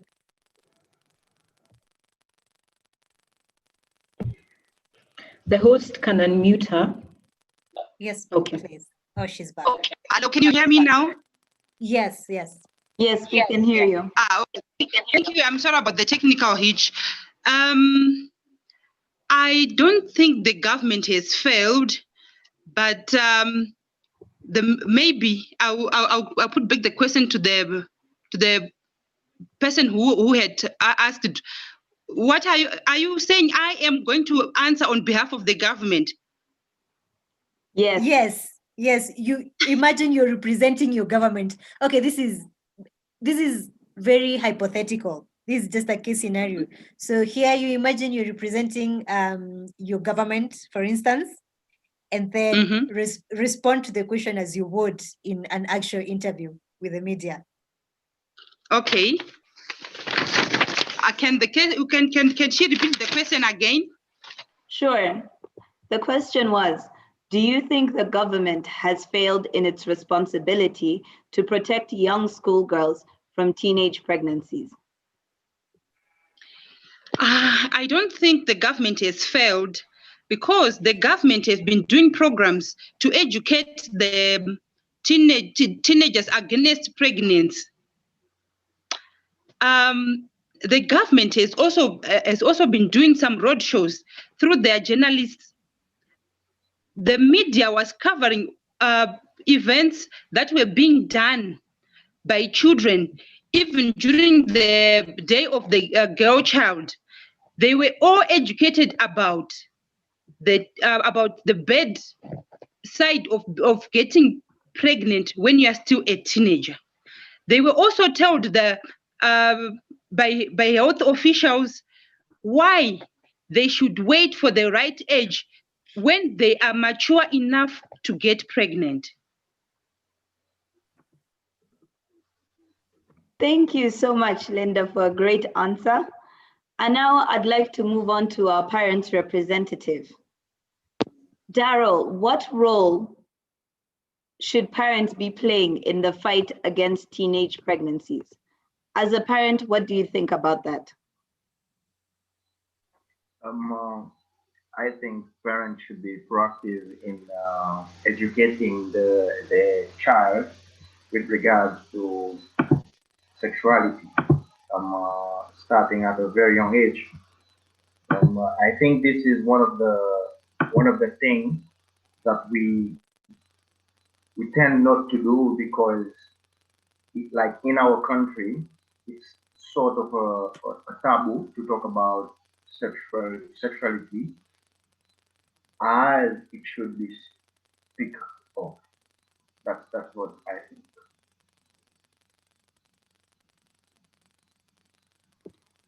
Thank you, Daryl. And I'd actually like to turn the conversation back to Linda, who mentioned some of the government's initiatives. Would comprehensive sexuality education play a part in reducing the number of teenagers who get pregnant? Is that a stance the government believes in?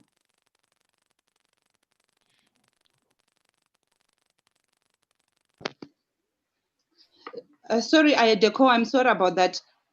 You said? I said, would comprehensive sexuality education play a part in reducing the number of teenagers who get pregnant? Yes, I think so. Because when children are being educated about not getting pregnant, some of them, not all of them, some of them, when they hear that thing being repeated over and over again, it actually gets to them. And they will know, when they get proper education, they will know that they should avoid that.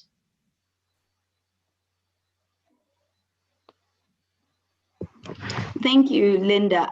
And Daryl, as a parent, are you in agreement with the government's stance on CSE, or do you believe that it is hindering and exposing young girls maybe perhaps too early in their lives? I think they lacking in what they're doing. in terms of really talking in the language that they need to talk due to not being bashed by people that are closed-minded on the topic, or or even just the fact that they wouldn't want to be held liable to whoever doesn't understand what they're doing. From like, let's say, I'm trying to search for the word.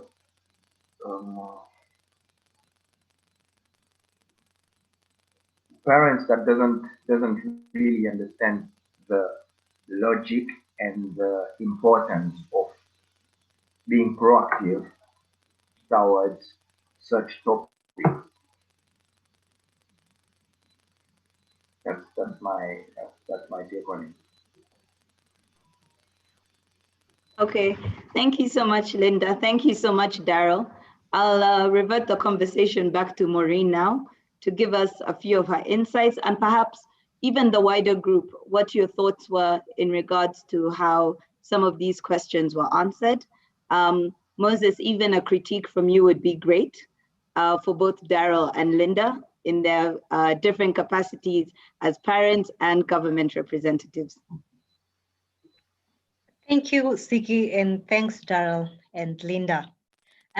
Grace, I'm just wondering if we might have 5 more minutes for another set of our participants to.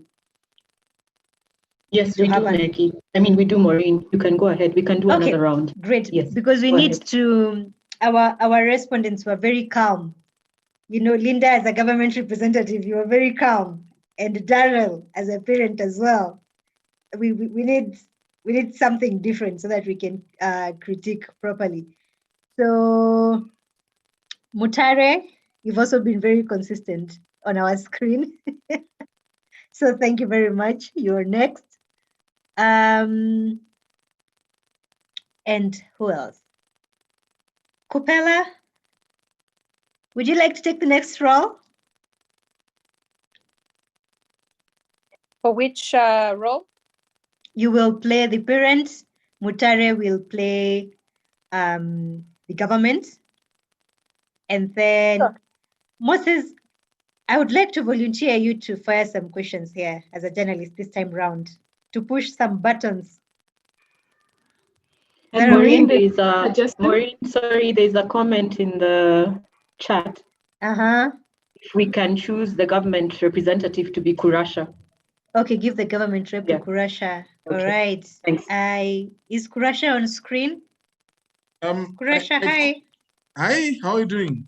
I can see you. I have no problem being a government representative, but I caught you at the tail end. I'm coming from another process and I joined just to get a feel. So okay, please pardon me for that. Grace and Moses know that I would be a government official par excellence, but can I brief you? Kurasha, we are not going to let you off the hook because some of these interviews are impromptu. So please take it on. You can do this. Over. For some background, Kurasha. Yes. We had a case study. Maggie, are you able to pull up the case study for Kurasha? Yes, I can. Just the highlights. I'll be fine. Yes. So the issue here is teenage pregnancies, and we have journalists. We are role playing. We have 3 roles here. We have a journalist who we volunteered as Moses. We have a government representative, and then we have a parent. Okay. Yes. And what the journalist is interested in is your views on how to address teenage pregnancies during the COVID-19 pandemic. No, that's fine. I'm okay. Yes. Good. That was easy. So Moses. Okay. You go now. Mr. Kurasha, thank you very much for taking time off your busy. As a government official, do you think the government has failed in its responsibility to protect young schoolgirls from teenage pregnancies? Thank you very much, Moses. Failing, this government has not failed. You may need to revisit the facts, Moses. Our government has actually been leading the pack. We have just come out of a meeting, a regional meeting, where we were giving full support, lending our full weight to the development of the SADC model law on eradicating child marriages. And we even have just concluded 2 months ago a meeting for the African Union where we were discussing the same matter as a region because we realized that we need common solutions to this problem. So in the end, what we need to do, we need to realize that solutions lie with the communities because these girls are coming from homes. They are not in government offices. So we need to work together as a collective rather than just the government. Because even if we were to outlaw teenage pregnancies, the law is not a panacea.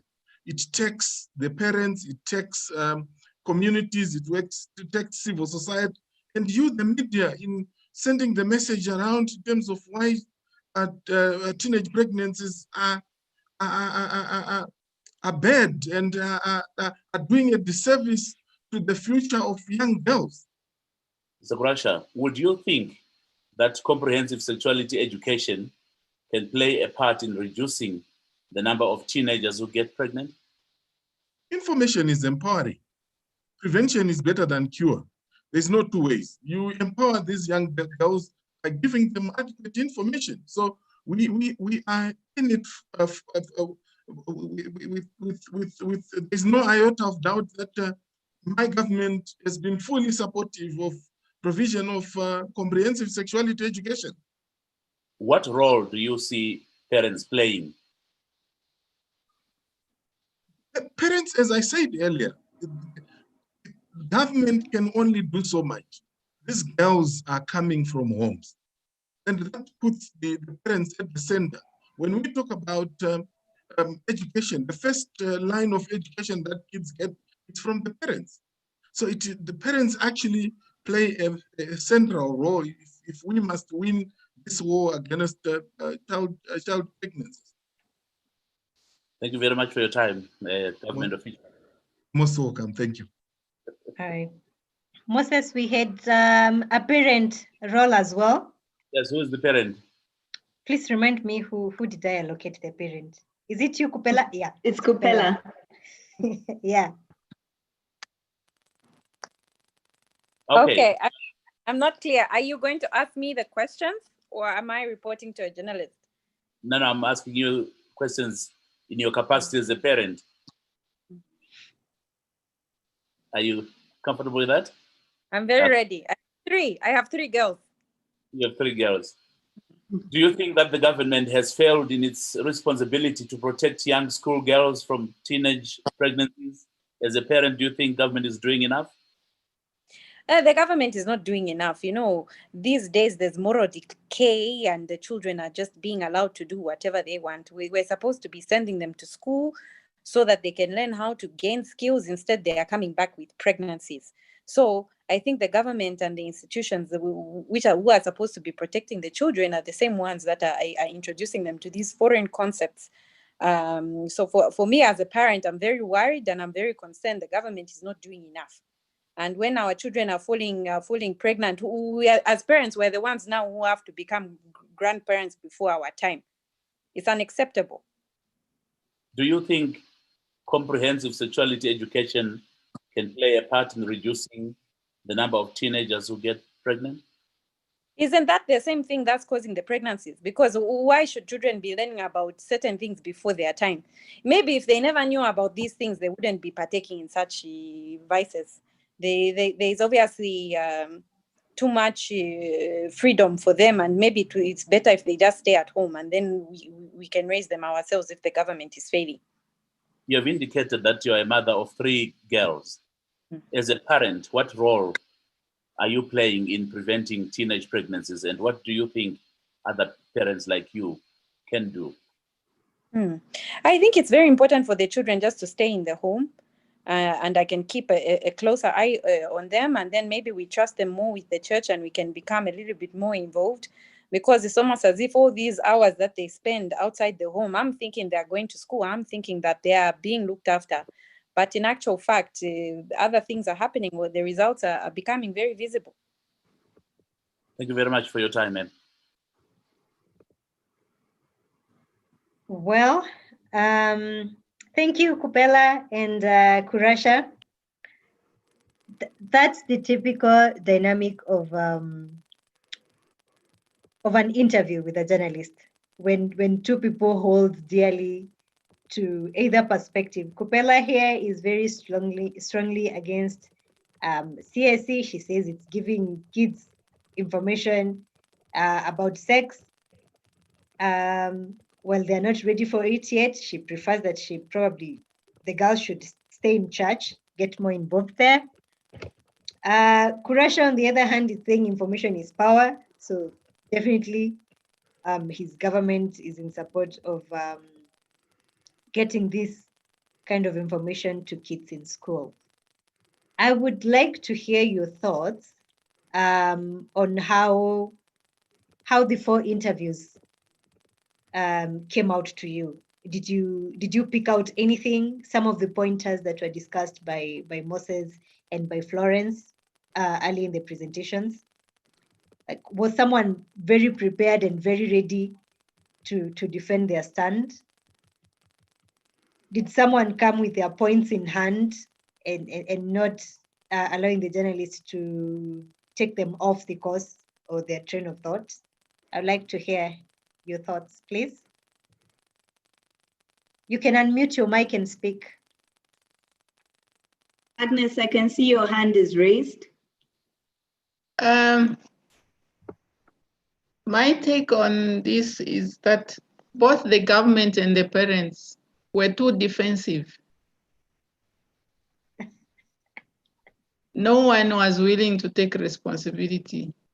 Was this for the first or the second group? Both? Both. Okay. They are not willing to take responsibility. They are too defensive, and that's how we are ending up with these problems, because no one wants to take responsibility of educating or doing something about teenage pregnancies. The government is blaming the parents are blaming government.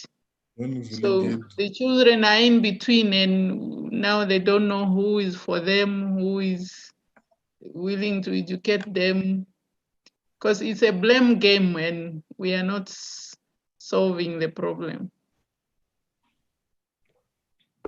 Thank you, Agnes. Anyone else? Yeah, I'm going to say this. Maybe we need to, first of all, I like the way that Kurasha and the parent that I interviewed responded to the questions. But having said that, we need to keep these questions until we also get an opportunity to actually do a session with the journalists, because we're looking at the questions that were being put to the parents, being put to the government official. This is largely an example of how not to ask questions to any official or to any parent.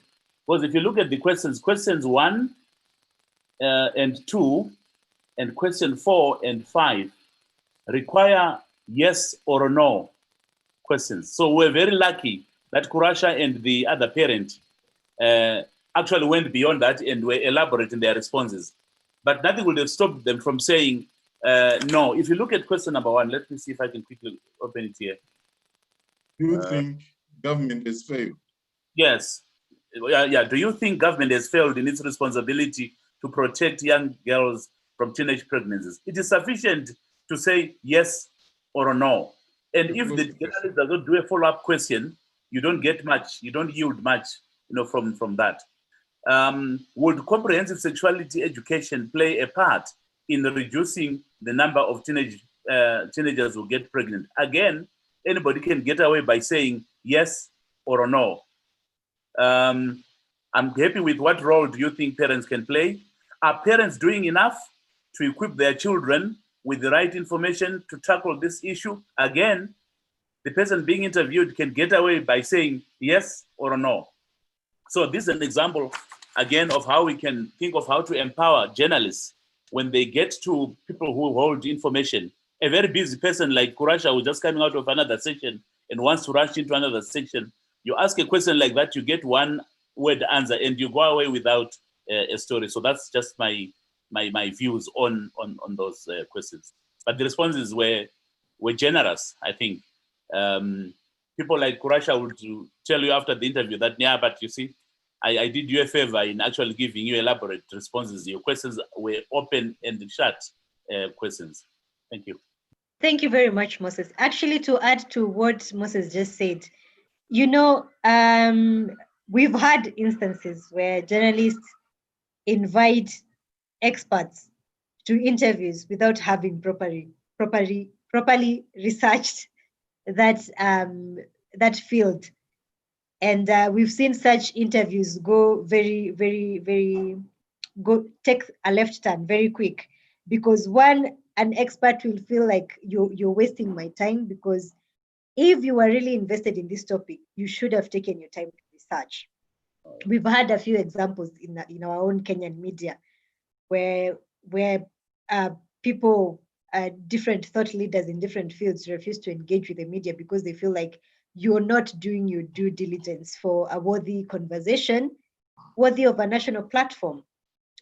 Yeah, I mean, and that could work two ways. I mean, as an expert, you can take advantage of that loophole and give them yes or no answers, like Moses just said, especially if it's a contentious issue. You can just get yourself out of it with very straightforward yes or no answers. Yeah, but then again, like he said, it's also an opportunity to, I mean, when you engage more directly with journalists, they also get to understand your work. That way they can just go beyond, the surface and actually bring up the issues that are more informative to the public. Thank you. Kurasha, you have your hand up, please go. Yes, ma'am. In fact, let me confess, I nearly said to Moses, what do you think? But then, I didn't want to spoil the game because I had been volunteered. So I assumed there was a context and therefore I had to play along. But the first thing that occurred to me was that this journalist is not too sure whether even the question is worth asking, because the facts and the figures, but the basis on which you are approaching the government and say, what are you doing with all this? What is your government doing? And so when it didn't come out, I nearly said, so what do you think? Thank you, Kurasha. That is a very practical and real life experience of how a live interview can go left. Yeah, any other thoughts on any of the two sets that we had in the different role playing? May I ask a question? Yes, please. Is it okay to request for a journalist to send his questions first for you to prepare? Absolutely, absolutely. I don't know, Florence spoke about this, right, Siki? She briefly covered this, but one of the ways to avoid being blindsided by a journalist, especially when you just don't want to speak and get misinterpreted, whether it's for a written article, whether it's for a live, a broadcast interview, when they get in touch with you, you can always ask them to inform you of the topic they want you to talk about, and also send the questions to you in advance so that you can also prepare properly for the interview, right?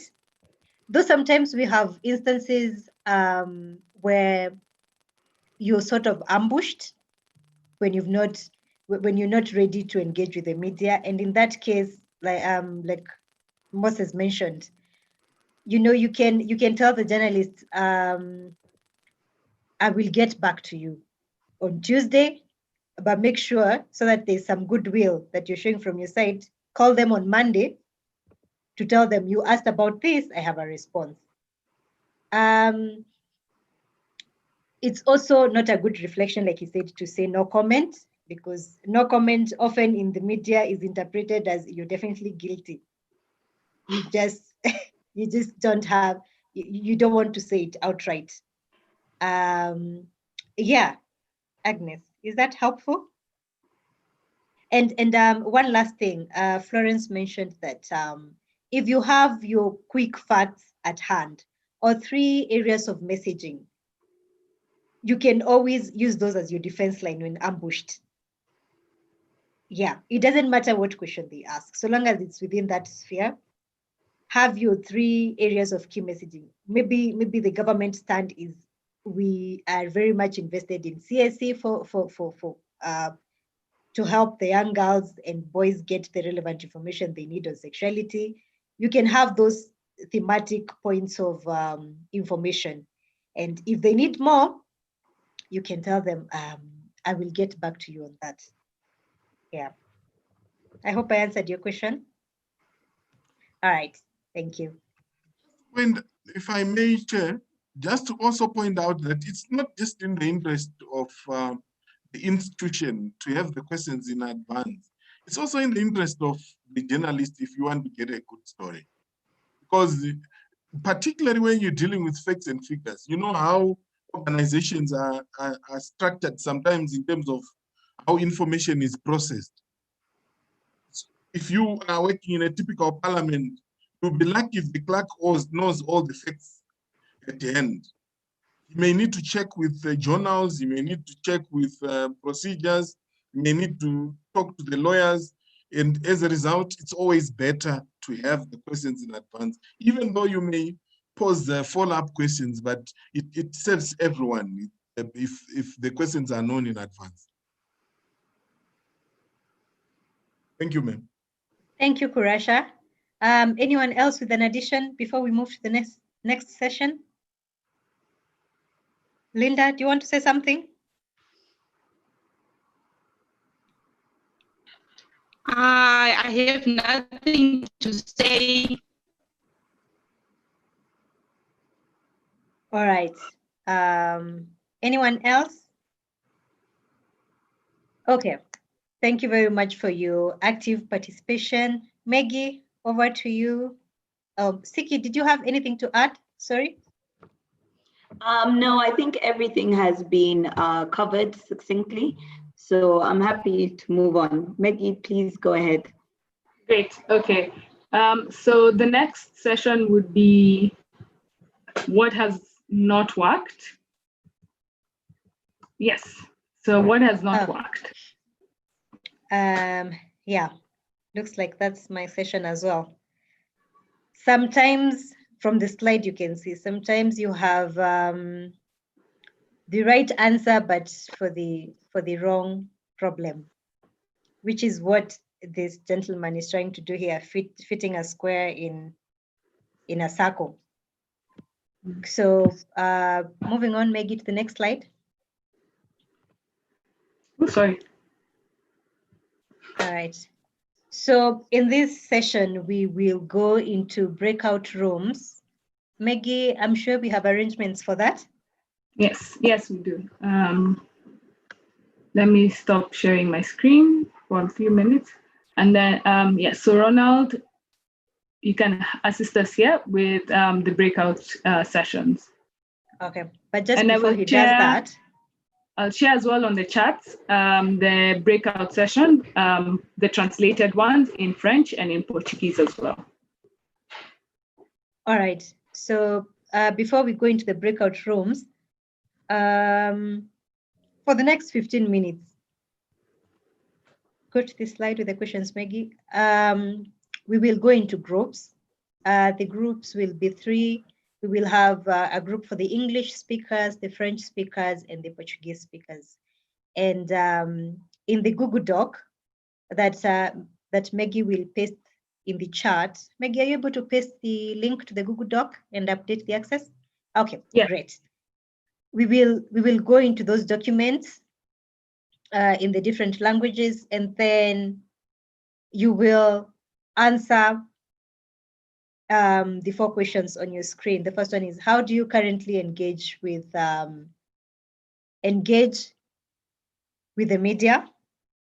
And in this case, we're talking about editors or journalists. You can tell us if you have specific people you prefer to engage with and for this specific reason.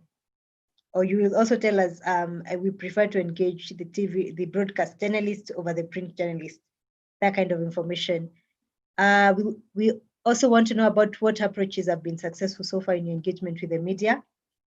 Of course, you've had instances where you've successfully worked with the media. We want to know what happened in those cases, or rather, how you did it. And then the third question is, what have been your biggest challenges in working with media to address SRHR? I know you will have a lot of answers for that one. And then the last one is in terms of support. What skills or support do you need to navigate the challenges in number 3?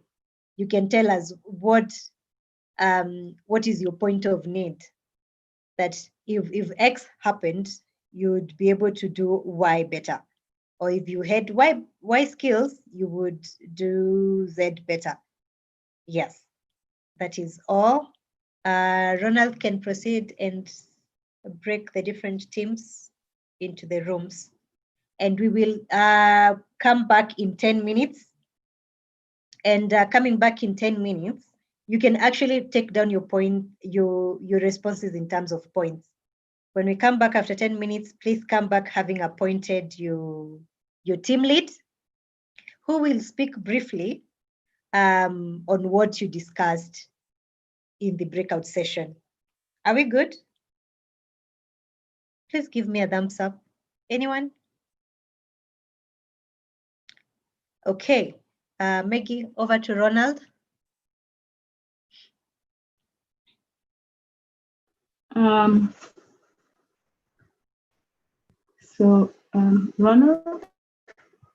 Ronald, are you here?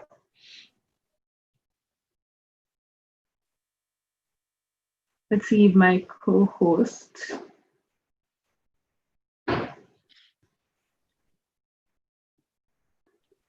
Okay. So I can see, I'm not sure if he's here in the call.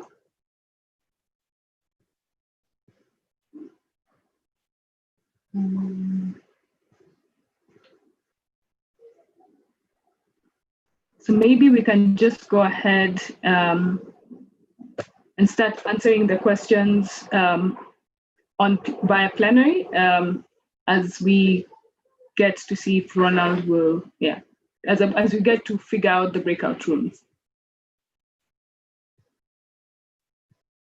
Okay, as that happens, maybe we can start having the conversation around this. And we will start with the first question. Who do you currently engage with in the media?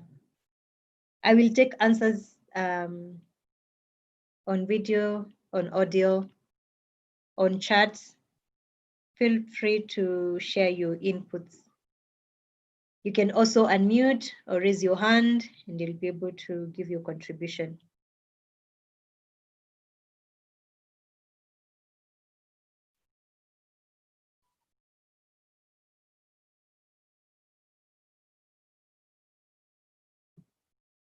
We haven't had any Portuguese speaking or French speaking participant participate. So maybe we can also try and see, we can pick up on your names. And I know some of you had mentioned that you don't have webcams, but in this case, you don't really need the webcam. You can just, just share with us. So I can see here on my screen, and I'm going to just pick at random names. I have Noah. I have Haja. So maybe Noah or Haja, could you unmute? And Diademe as well. Good afternoon. The name is Kutala. And Kutala. Yes. Thank you. I represent Parliament of South Africa. Who do you currently engage with in the media? All right. COVID-19 has presented an opportunity wherein we needed to be innovative. We are currently working from home, and we've recently started with hybrid sessions, wherein some members log on virtually and the others are physically present within the precinct. In order then to ensure that there is a communication flow, we collapsed all WhatsApp groups that we had, and we have one parliamentary communication WhatsApp group. In that parliamentary WhatsApp group, you've got in fact, you've got all journalists, political journalists that have a keen interest in the work of Parliament. So daily we share links with them so that they can be observers in the parliamentary committees.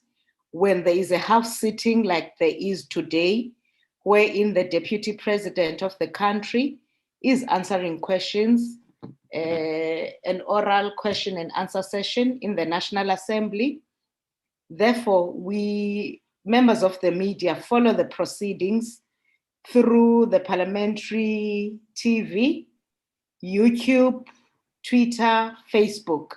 So our interaction with journalists is on a daily basis, giving them links so that they can access the work of Parliament and any other information that they require from us. So the past few months have been hectic. One thing about COVID, it has blurred the working hours. Some committee meetings take place late at night, and therefore, as foot soldiers, we are required to be of assistance to those committees. So that's how we interact with the media in South Africa. Thank you. Thank you very much, Kutala. Did I get your name right? I'm sorry if I mispronounced Correct. it. Yes. No, it's okay. Yeah, and that's a very exhaustive response as to the different avenues and the opportunities that are there to engage with the media. Anyone else with input? Linda says they engage both journalists and editors. Linda, maybe you can tell us how exactly you do that? Do you give them a call? Do you have a contact list of these people? Is it an on and off kind of thing? Do you call them when you need? No, not exactly calling them off. We normally hold media relations workshops with them so that we get to know them more. Like now, we do the media awards where we award the best reporter. We've also created a WhatsApp group, like Mutare was saying, and we keep the media up to date with what is happening to Parliament. We encourage them to take our Parliament, any social media page pertaining to parliamentary issues. We invite them to committee meetings. Like now, it's just unfortunate that we are putting fewer people in the committee rooms, but we share with them the links for the virtual meetings. Okay. Hi. Mm-hmm. Thank you. Thank you, Linda. I'm getting that your engagement with the journalist is continuous. It's not. Yeah, it's continuous. Yeah, which is a good thing. It's one way to sustain relationships. So I see we've combined the first and the second question. So we move on to the third. What have been your biggest challenges in working with the media to address SRHR? Challenges, please type in the chat box. Please remember to come back on video. Yeah, you can also raise your hand. Linda, your hand is up. Would you like to say something? Yes, it's up. Okay, okay. Our biggest challenge with the media is that at times, like now, when fewer people are needed, at times we have workshops whereby the donor would have told us that we only need 2 people, 2 journalists. So they have a problem when they now want to share the picture that they would have taken and the stories. So we made them to form a media journalist committee, whereby when such situations appear, they are supposed to make sure that their representative is able to give them pictures to share with them, even the videos to share with them. But now, knowing that journalists will be in a position that some say our cameras have got very high resolution, so I can't share that picture with you, and some would have already put their name on the picture already. That's when they start fighting. So we end up as if we are now selecting the journalists who cover our stories when we want they say you select this one because she also gives you pictures or what. Like we end up like we are not being fair with them. Are you getting me? I am. You end up like Linda. you are choosing. Yeah, you are choosing the other over the other just because of lack of those resources. At times it will be beyond our control. Like now, the era of COVID-19. Like today, we had the State of the Nation address. It was being held virtually, with the president addressing from the State House, but Parliament was in session in both houses, in the Senate and in the National Assembly. So some journalists wanted to actually go inside the National Assembly. Whilst we can't put all of them there, everybody would want to be on spotlight, especially on big events like these ones. So we need to continuously engage them so that they understand what will be happening. Thank you, Linda. You stated a challenge there and also gave us a solution in the same breath. Yeah. Thank you, but yeah, true. You need to appear, so to speak, fair, and I mean, accord different people different opportunities to help with the engagement. Anyone else with input? Agnes?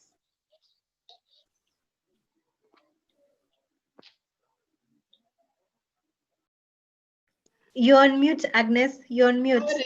I was at the copy, I had stepped out. Okay. We are talking about the biggest challenges in working with the media to address SRHR. To address what? SRHR. What is SRHR? Oh, sexual reproductive health and rights. Yes. Oh, okay.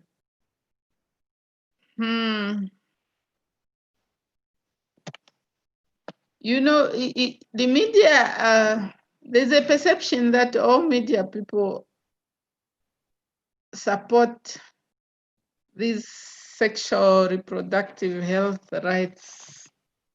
And their questions are mostly when they receive an answer which is not in affirmative of what they want to hear, they tend to be more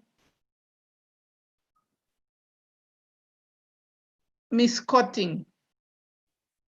They will always misquote if they didn't get the answer they were looking for. So that's the problem with the media that we have picked up of late. because when they are posing a question, they always want to dictate kind of the responses that they will hear. When they hear a politician talking in the negative, for them it's like, but say, where have you been? Have you not been following on how far we are with this issue? So that way they provoke politicians by the comments they make when they are seeking some answers to some of the questions they might be posing. They don't appear to be listening, but more of suggestive in the kind of responses that they want to hear. Thank you, Agnes. And that goes back to building a trusting environment between journalists and politicians and experts, because no one will engage with the media when their biggest fear is getting misquoted. They would rather stay away than engage. But then again, I believe there are journalists who are actually known for their credibility speaking to certain matters. And like Florence said, sometimes due diligence is very important. It will help you know what kind of journalist you're dealing with or what kind of outlet. And if there are people who are known for, there's something we call gutter press, people who will run with anything. Anything is a headline. So thanks, Agnes. Unfortunately, we are running out of time and we have one last session. So I mean, you can think on some of these questions and send back your inputs.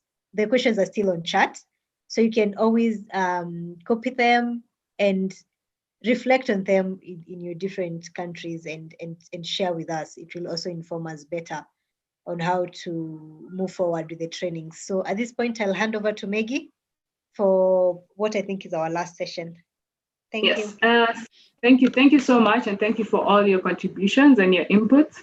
So just to sort of wrap up what you've gone through for the last 3 hours, we would like you to do a short survey. Well, let me say survey, but not really survey. A short feedback to allow us as well to know what are some of the key things that you have taken away from this session. What are some of the things that you would like to see in other sessions, and for us also to be able to know how to best improve for upcoming sessions. So if you could kindly, on your phones, go to www.menti.com. I hope you can see the screen. And then once you are able to go to www.menti.com, then you can use the code that's up there, 8264720, and it will prompt you to be able to start answering the question. So in one word, how would you describe this session?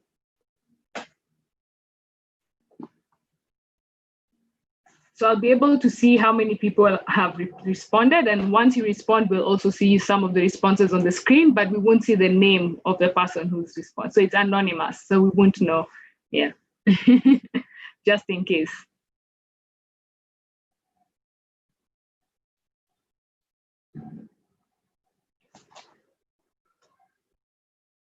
So you can use your phone or your computer.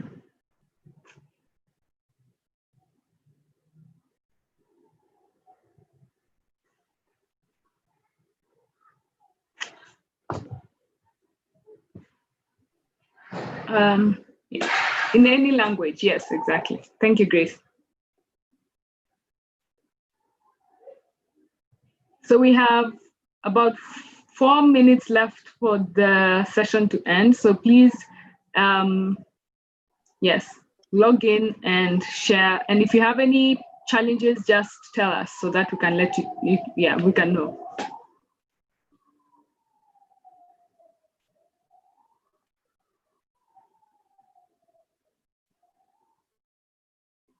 Okay, thank you. I can see at least the response is coming in. So I know we have about how many participants? 33 participants, so minus the facilitator. So we have let's say about 26 to 24 participants. So I'm expecting at least we can get to 10 responses, half of the participants.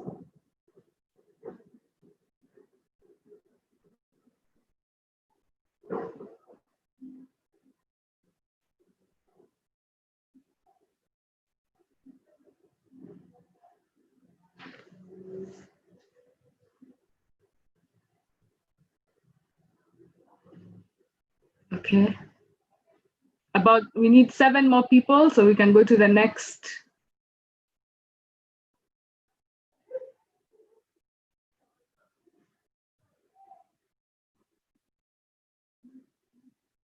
Okay, thank you, Diana, for sharing that on the chat.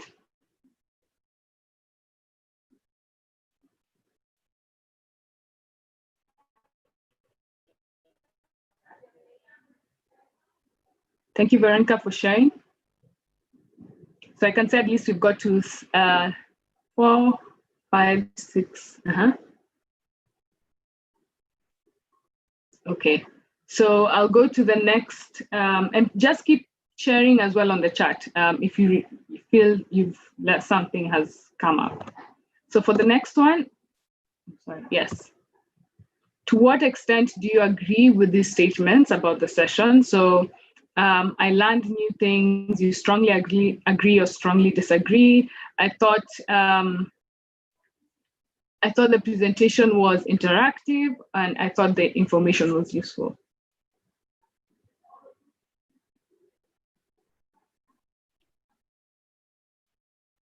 Maggie? Yes. Oh, great. People are voting. You can move the scale to either side. Towards your right, you strongly agree. Towards your left, you strongly disagree. Yeah. So the higher the number, the more you agree with it, with the statement.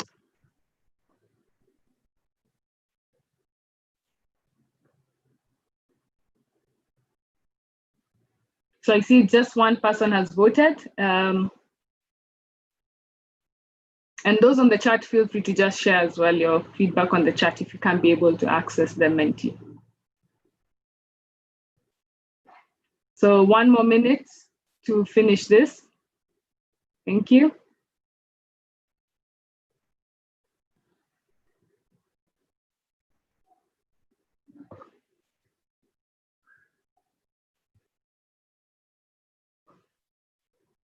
Oh, okay, 4 people have voted. Thank you so much. So I'll move to the next question. What could be different for the next session? What could be improved for perhaps? Yeah. If we were to have for the next media training session, what are some of the improvements we could be able to make it more engaging and even more interactive? Remember, it's anonymous, so we don't know who is sharing the feedback, and your honest feedback is very important for us.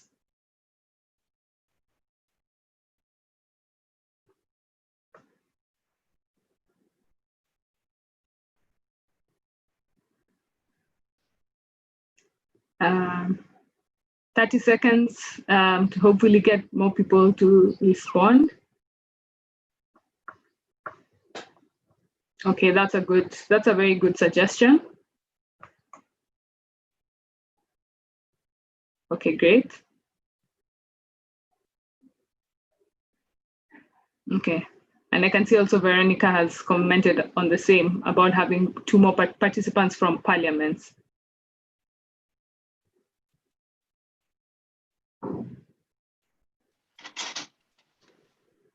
But you said it's anonymous. No, she had she typed on the chat. So for the Mentimeter, it's anonymous, but on the chat, it's not anonymous. Don't worry, Agnes, I wouldn't know which one you've shared.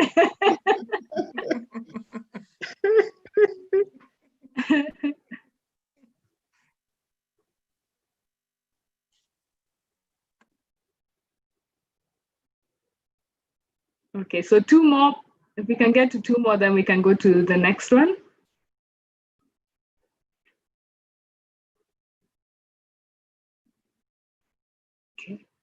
So I'll just go to the next one because I can also see more are coming on the chat. Yes, thank you. Yeah, in terms of webcam, we'll definitely keep that in mind. Thank you. Then, so what would be the ideal length of the session? Was 3 hours too long? Was it too short? Would you like it to, yeah. More time. So Patricia says more time.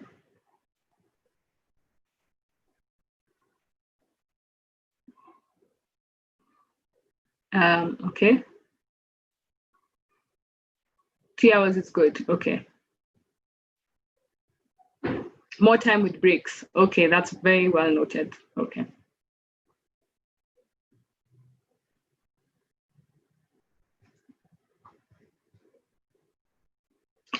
Okay, great. So probably incorporating more breaks would help. 4 hours, 3 hours with breaks. Okay. So thank you for that. So we can go to the next one. Would you recommend a similar training for the parliamentarians that you work with? So you can just say yes or no.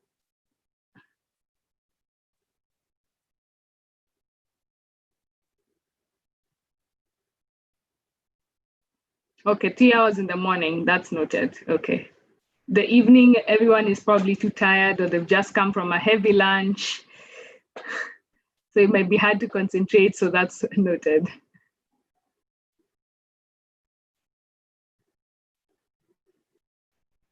And for senior, okay. Thank you for that. Okay, so then I think we have one more to go. What other areas would you like covered? What other topics do you feel that we might have left out or you would like us to cover even more in depth when we're discussing issues around media training, interacting with media in different ways or forms, whether it's on TV, radio, social media, and so on?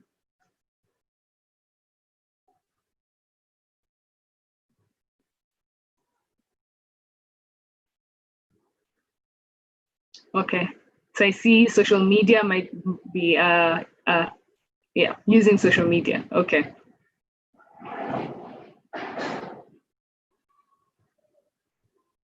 Oh, use of data. Okay, that's very, okay, great, great.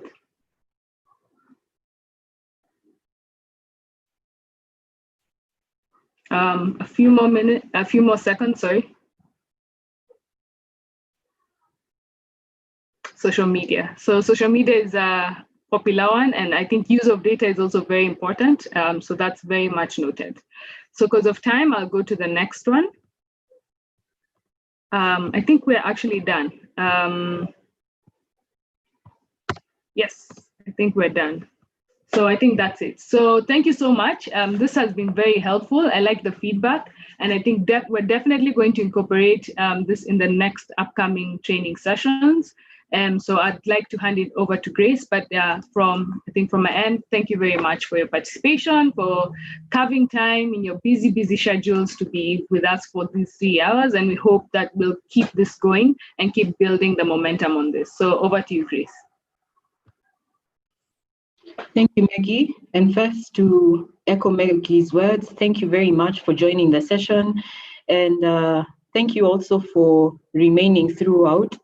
That's a very good thing. I'll just go through highlights of what we've covered from the beginning, just what stood out as we were going through the session. So the first session that Siki covered, we spoke about the COVID-19 pandemic and how it has forced people to find new ways of engaging with media. And that calls for us to have new forums for engaging with them, establish personal links with journalists, especially now that face-to-face meetings are not very possible. And then it has also forced us to start using social media in a very active way. And then for Moses' session on how to work with media in parliaments, he mentioned that the biggest issue is trust. And the trust issue is on both sides, both the sides of the government and and parliaments and the side of the media, with both not trusting each other. And an example he gave was the cartoons that the media draws of MPs like sleeping in parliament. And then he also went through the definitions of media and the different channels and definition of news. What is it that makes up news? And even if you have a definition of media, what is it that makes news able to be covered? Is it the economic angle that the editors and the journalists will consider? Is it the impact? How many people will be affected by that coverage? And then is it real time? Is it recent? Or is it from a long time ago? Is it unique? Is it unusual? And one example he gave was a story of a man that has bitten a dog. Usually it would be the other way around, but this one is goes against what we know as the norm. Then he also covered why it's important to build relationships with media and between media and parliaments. And what he mentioned was that the parliaments have to know the main media outlets and the media people who calls the shots.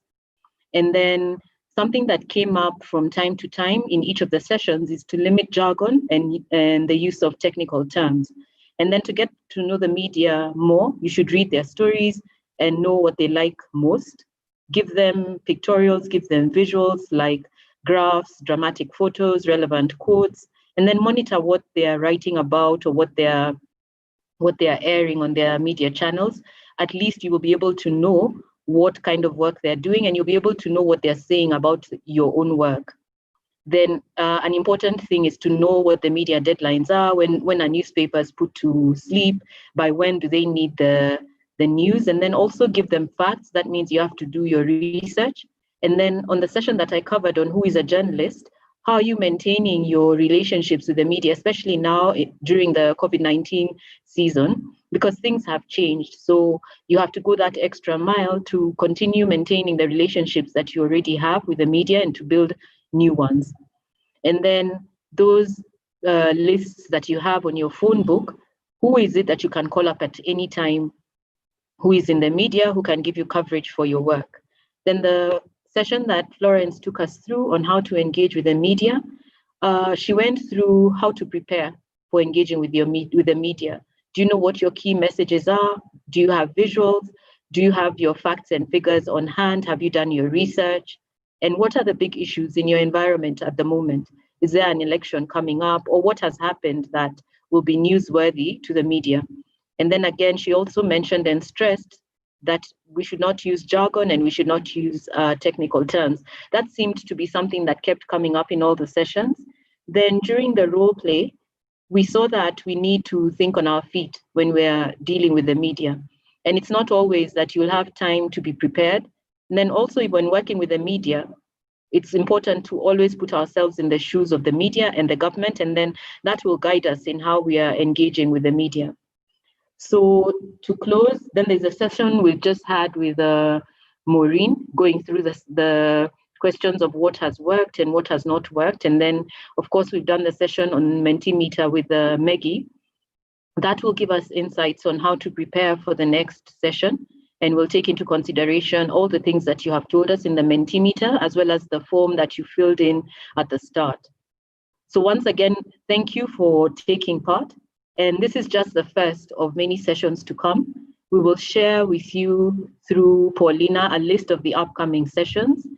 And then we'll also base that list on what you've told us in the Mentimeter.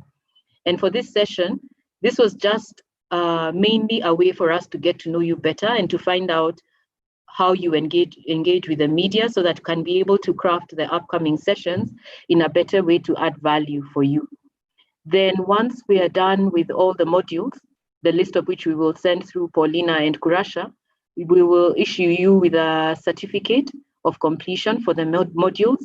Like Maggie mentioned in the beginning when she was speaking about APHRC, we have a division that carries out research capacity strengthening, and they do a lot of training and capacity strengthening. So we will work with them to be able to issue these certificates to you. And then one other thing I'd like to mention is the rapid response service, which we are offering through this project, the SIPSI project. And through the rapid response service, we're able to offer you evidence and information on any questions or guidance that may be required from the parliamentarians that you work with. A couple of you have already used this service, and in about a week's time, Maggie will be sending out more information on the rapid response service, and we encourage you to take it up, and let's work together. For any evidence or any information that you may require, we'd ask you to use the rapid response service. So that's the recap. We thank you once again for staying on. Thank you for what you've shared. Thank you for taking part actively. Moses, special thanks to you for joining us and for your insights. We really appreciate you working with us. And thank you, everyone. And we look forward to seeing you in the other sessions. And please feel free, if you need to get in touch with us for the rapid response service or for any other requirement you may have on engaging with media or any issue for SRHR, please feel free. We have an MOU with SADC PF, where we are working together on the SRHR project that SADC PF has, and this particular project that we also have, both of which are funded by CEDA. So please feel free. I can see a comment in the chat. Can I say a word if the SG is not saying anything? Yes, Kurasha, please go ahead because the SG has left. She left earlier. Please go ahead, Kurasha. Thank you very much, Grace and colleagues. Yeah, I mean, I caught you at the tail end, but yeah, I could feel the momentum, and this was only, as you said, the first among the many. We will be seeking to engage different sections or different departments of parliaments to see how we can respond to your needs. We want these trainings to be as needs-based as possible, and it's in line with the mandate of SADC Parliamentary Forum to build the capacity of staff of national parliaments and parliamentarians in the work they're doing. So as a result, this is the context in which we have partnered with the APHRC, and we want to do much more in terms of building your capacity so that you are better able to serve and service your parliaments. As SADC PF Secretariat, on behalf of the Secretary General, we are encouraged by the high number of participation, this being the first meeting, and we look forward to further engaging. And as Grace said, we will be sharing with you. If you talk to your desk officers for the SADC Parliamentary Forum in your parliament, there's a tool, a planning tool called the Master Work Plan, which outlines the various activities, including these trainings, including the ones that we are actually going to have with APHRC, including the ones that we are having through respective national parliaments that are hosting certain aspects of training in the context, under the auspices of the clerks and secretaries general of national parliaments. So do reach out to your desk officers and get a copy of the master plan.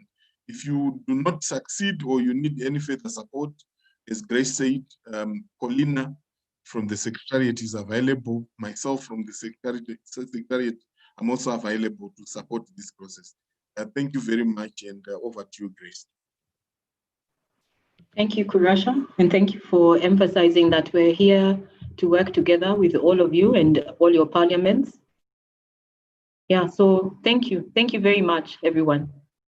Thank you for joining. Thank you for staying on. Thank you for your contribution. Thank you to the interpreters as well. Yes, thank you, the interpreters. Thank you, Asante Ronald, sana. for setting up the Zoom meeting. Yes. Okay. Bye, everyone. Bye-bye. Thank you so much. Bye. Have a good evening. Thank you. Thank you. Okay. Bye-bye. Bye-bye. Thank you very much. Bye, Kupela.